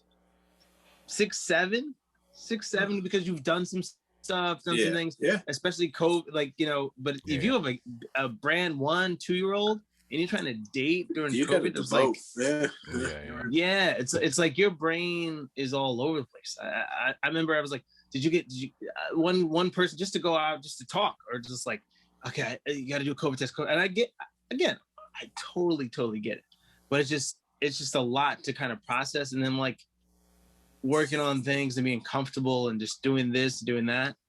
Like we could do another show about COVID sex. That's a whole before. Yeah, play. Imagine. I was wrapped up from head to With the toe. It was mask very on. weird. It was very fucking weird. Isn't that hot? It was probably moist. There was no Moist. kissing. There was no. It was like I just felt like a doll at that point. I was like, what is this? It's like the judge. Was it Judge Dredd? Was that the one? Yeah, with, that's. That's where we're going to. Yeah, it's interesting. It's just like one of those things, and trying to, kind of feel this out, because no one knows what it really is. You're trying to understand what it is. Now you're getting a vaccine, but again, to go back to that, bring it full circle. You don't know what vaccines 3 months, 6 months, a year from now is going to do to anybody. So, all those things, and it's just like, and then trying to start a relationship with somebody. So, I think during COVID, if they don't have children, you're in a better position, because now just the paranoia of COVID versus the paranoia of like, oh my God, I'm infecting so many people. Yeah. But anyway, it's fun though. I mean, it's different. I've heard some creative stories of people, how they met, and then just, but I've enjoyed the peacefulness right now. It's just very nice, and just don't have to deal with. I'm telling you, when you turn it off, the floodgates will open. And I had past people follow me all the time, like, hey, how you doing? I was like, I'm alive, I'm good. I'm just doing show. This is what I normally do. I got like 50 shows now, so I just do shows every night, and I work, and that's it really, and just try to enjoy life. Yeah. Well, it's funny because I didn't get to say when I met my wife, but I met my wife now right at the time when I just turned it off, and then the floodgates were open, and I was seeing nothing serious with a bunch of different women. So, and I would tell her, so the way I met her was basically we had a party at a mutual friend's house. I think the party was from me. I forget what the party was for, but basically I did, and I'm thinking about it. It was for basically what I did is what the premise of the show The Bachelor is. I basically, all the girls that I was seeing and talking to, I invited them all to that party. Wait, was that my birthday? Was that my 21st birthday when I threw up at that apartment you were talking about? No, this was at what's his name's house? Block's house. Now I'm trying to think about that. Well, I had my birthday was at Block's house. That was where it started, and then it ended up at your apartment, and that's where I ended up yakking, and then I don't know how I made it home. We gotta definitely do that one episode. Our worst throw up moments and yeah. But anyways, I'm sorry. But yeah, so I invited a bunch of the women I was seeing to this party. And my wife was one of them. I was like, all right, whoever shows up, and then y'all can fight it out, and we'll see what happens. Like, some fucked up shit in my head, but I didn't care. So I was like, so the girl that I really wanted, that I was rooting for, like, she didn't even come. So I'm like, okay, well, you're the one I was rooting for. So I want to understand this. You settled for your wife. I just want to make sure we're saying this. She knows correctly. all about this, and then she knows. Right. So, all right. Hey, she showed up. she showed up. So yeah, but that's ballsy though, throwing all those people in one room. Because I didn't care, and I was like, let's see how this. It's The Bachelor. Let's see that's not Bachelor. Who's gonna win. That's literally. Well, he not gave up. That's... He said, "Fuck it." At that point, like, you know what? Right, nothing's going on, so I don't even care. More like Flavor of Love, but no. yeah, maybe Flavor. In my mind, I was hoping they would all like fight because I'm just a battle royale. Fight, start kissing. The winner. Yeah, I can't imagine the other girls. So I picture hair pulling and all that stuff. Yeah. Back then, the old wife that you had versus the new improved won't thinks about it first before cutting somebody. The old cut somebody. That's why I said Flavor of Love versus definitely want to definitely a VH1 reality show. Exactly. Yeah. So we basically got thrown into a room together. She was drinking, I was drinking it, and could you explain that thrown into a room at an adult age? What is it? What? Well, because with her, like we we hadn't really done anything. Like we talked, and there was, you know, interest and all that, and so, you know, and again, we had mutual friends, and her sister was a mutual friend. So throughout the whole night, you know, there's flirting and all that. So finally, you know, my friend just says, throws us both in a room. Like, she was in the room basically, and he pushed me in and then closed the door. And then I was like, oh, okay. You know, so we start making out. I was on the gang. Can't do that nowadays. Yeah. Can't do that today. That's definitely a setup. Definitely set up. So we start making out, and it's funny. She had like the worst fucking clothes on. She had like this giant sweater. It was like a I give her hell to this day about it. Like, what the hell were you wearing? She had like it was a giant turtleneck that was made out of like burlap. It was like a burlap. It was like a tweed. The itchiest like, material. Oh my god! I'm like, what? And on top of that, it was like tight around the torso. So, you know, at one point we're making out. Now I'm trying to get up under her shirt, and I can't. I'm like, oh my god, what? This is like, yeah. He's ripping up his hands. I'm like, what are you wearing? Armor? What's going on here? So I always joke about that. Yeah, so she wanted mail. Listen, I appreciate every day that I was born in this time versus back then. I mean, as a black man, I really appreciate it now. Yeah. But, you know, the things you'd have to take off back then just to hang out, cuddle. Yeah, I can't watch movies that are set in medieval times and they show love sines, and I'm like, that's fucking disgusting. About the smell. Yeah, exactly. You know how nasty they must fucking smell. They don't shave. They don't shower. They have a bath in the lake. Like, again, they don't really tell you the smell of movies. Like Gangs of New York smell. I can't even. Oh my god. They called it downtown because literally it was at a lower elevation, and the people that lived uptown would dump their shit into the street and go down into the gutters, and that's where the poor people lived. And fucking crazy. All right, my battery's gonna die. Yeah. Oh shit. All right. Well, there's no better place than there to end it. Real quick, guys, let's plug our other shows. 3-hour show. We did a 3-hour show. Sorry, everybody. It was good time. Good talking. Good time. Yeah, good. So I got the idea for this, the dating show and all that from one of Ro's other shows, A Little BS. What is it? Little BS with Ricky and Ro. When does that air? That's on Instagram. It's on Monday nights at 8 p.m.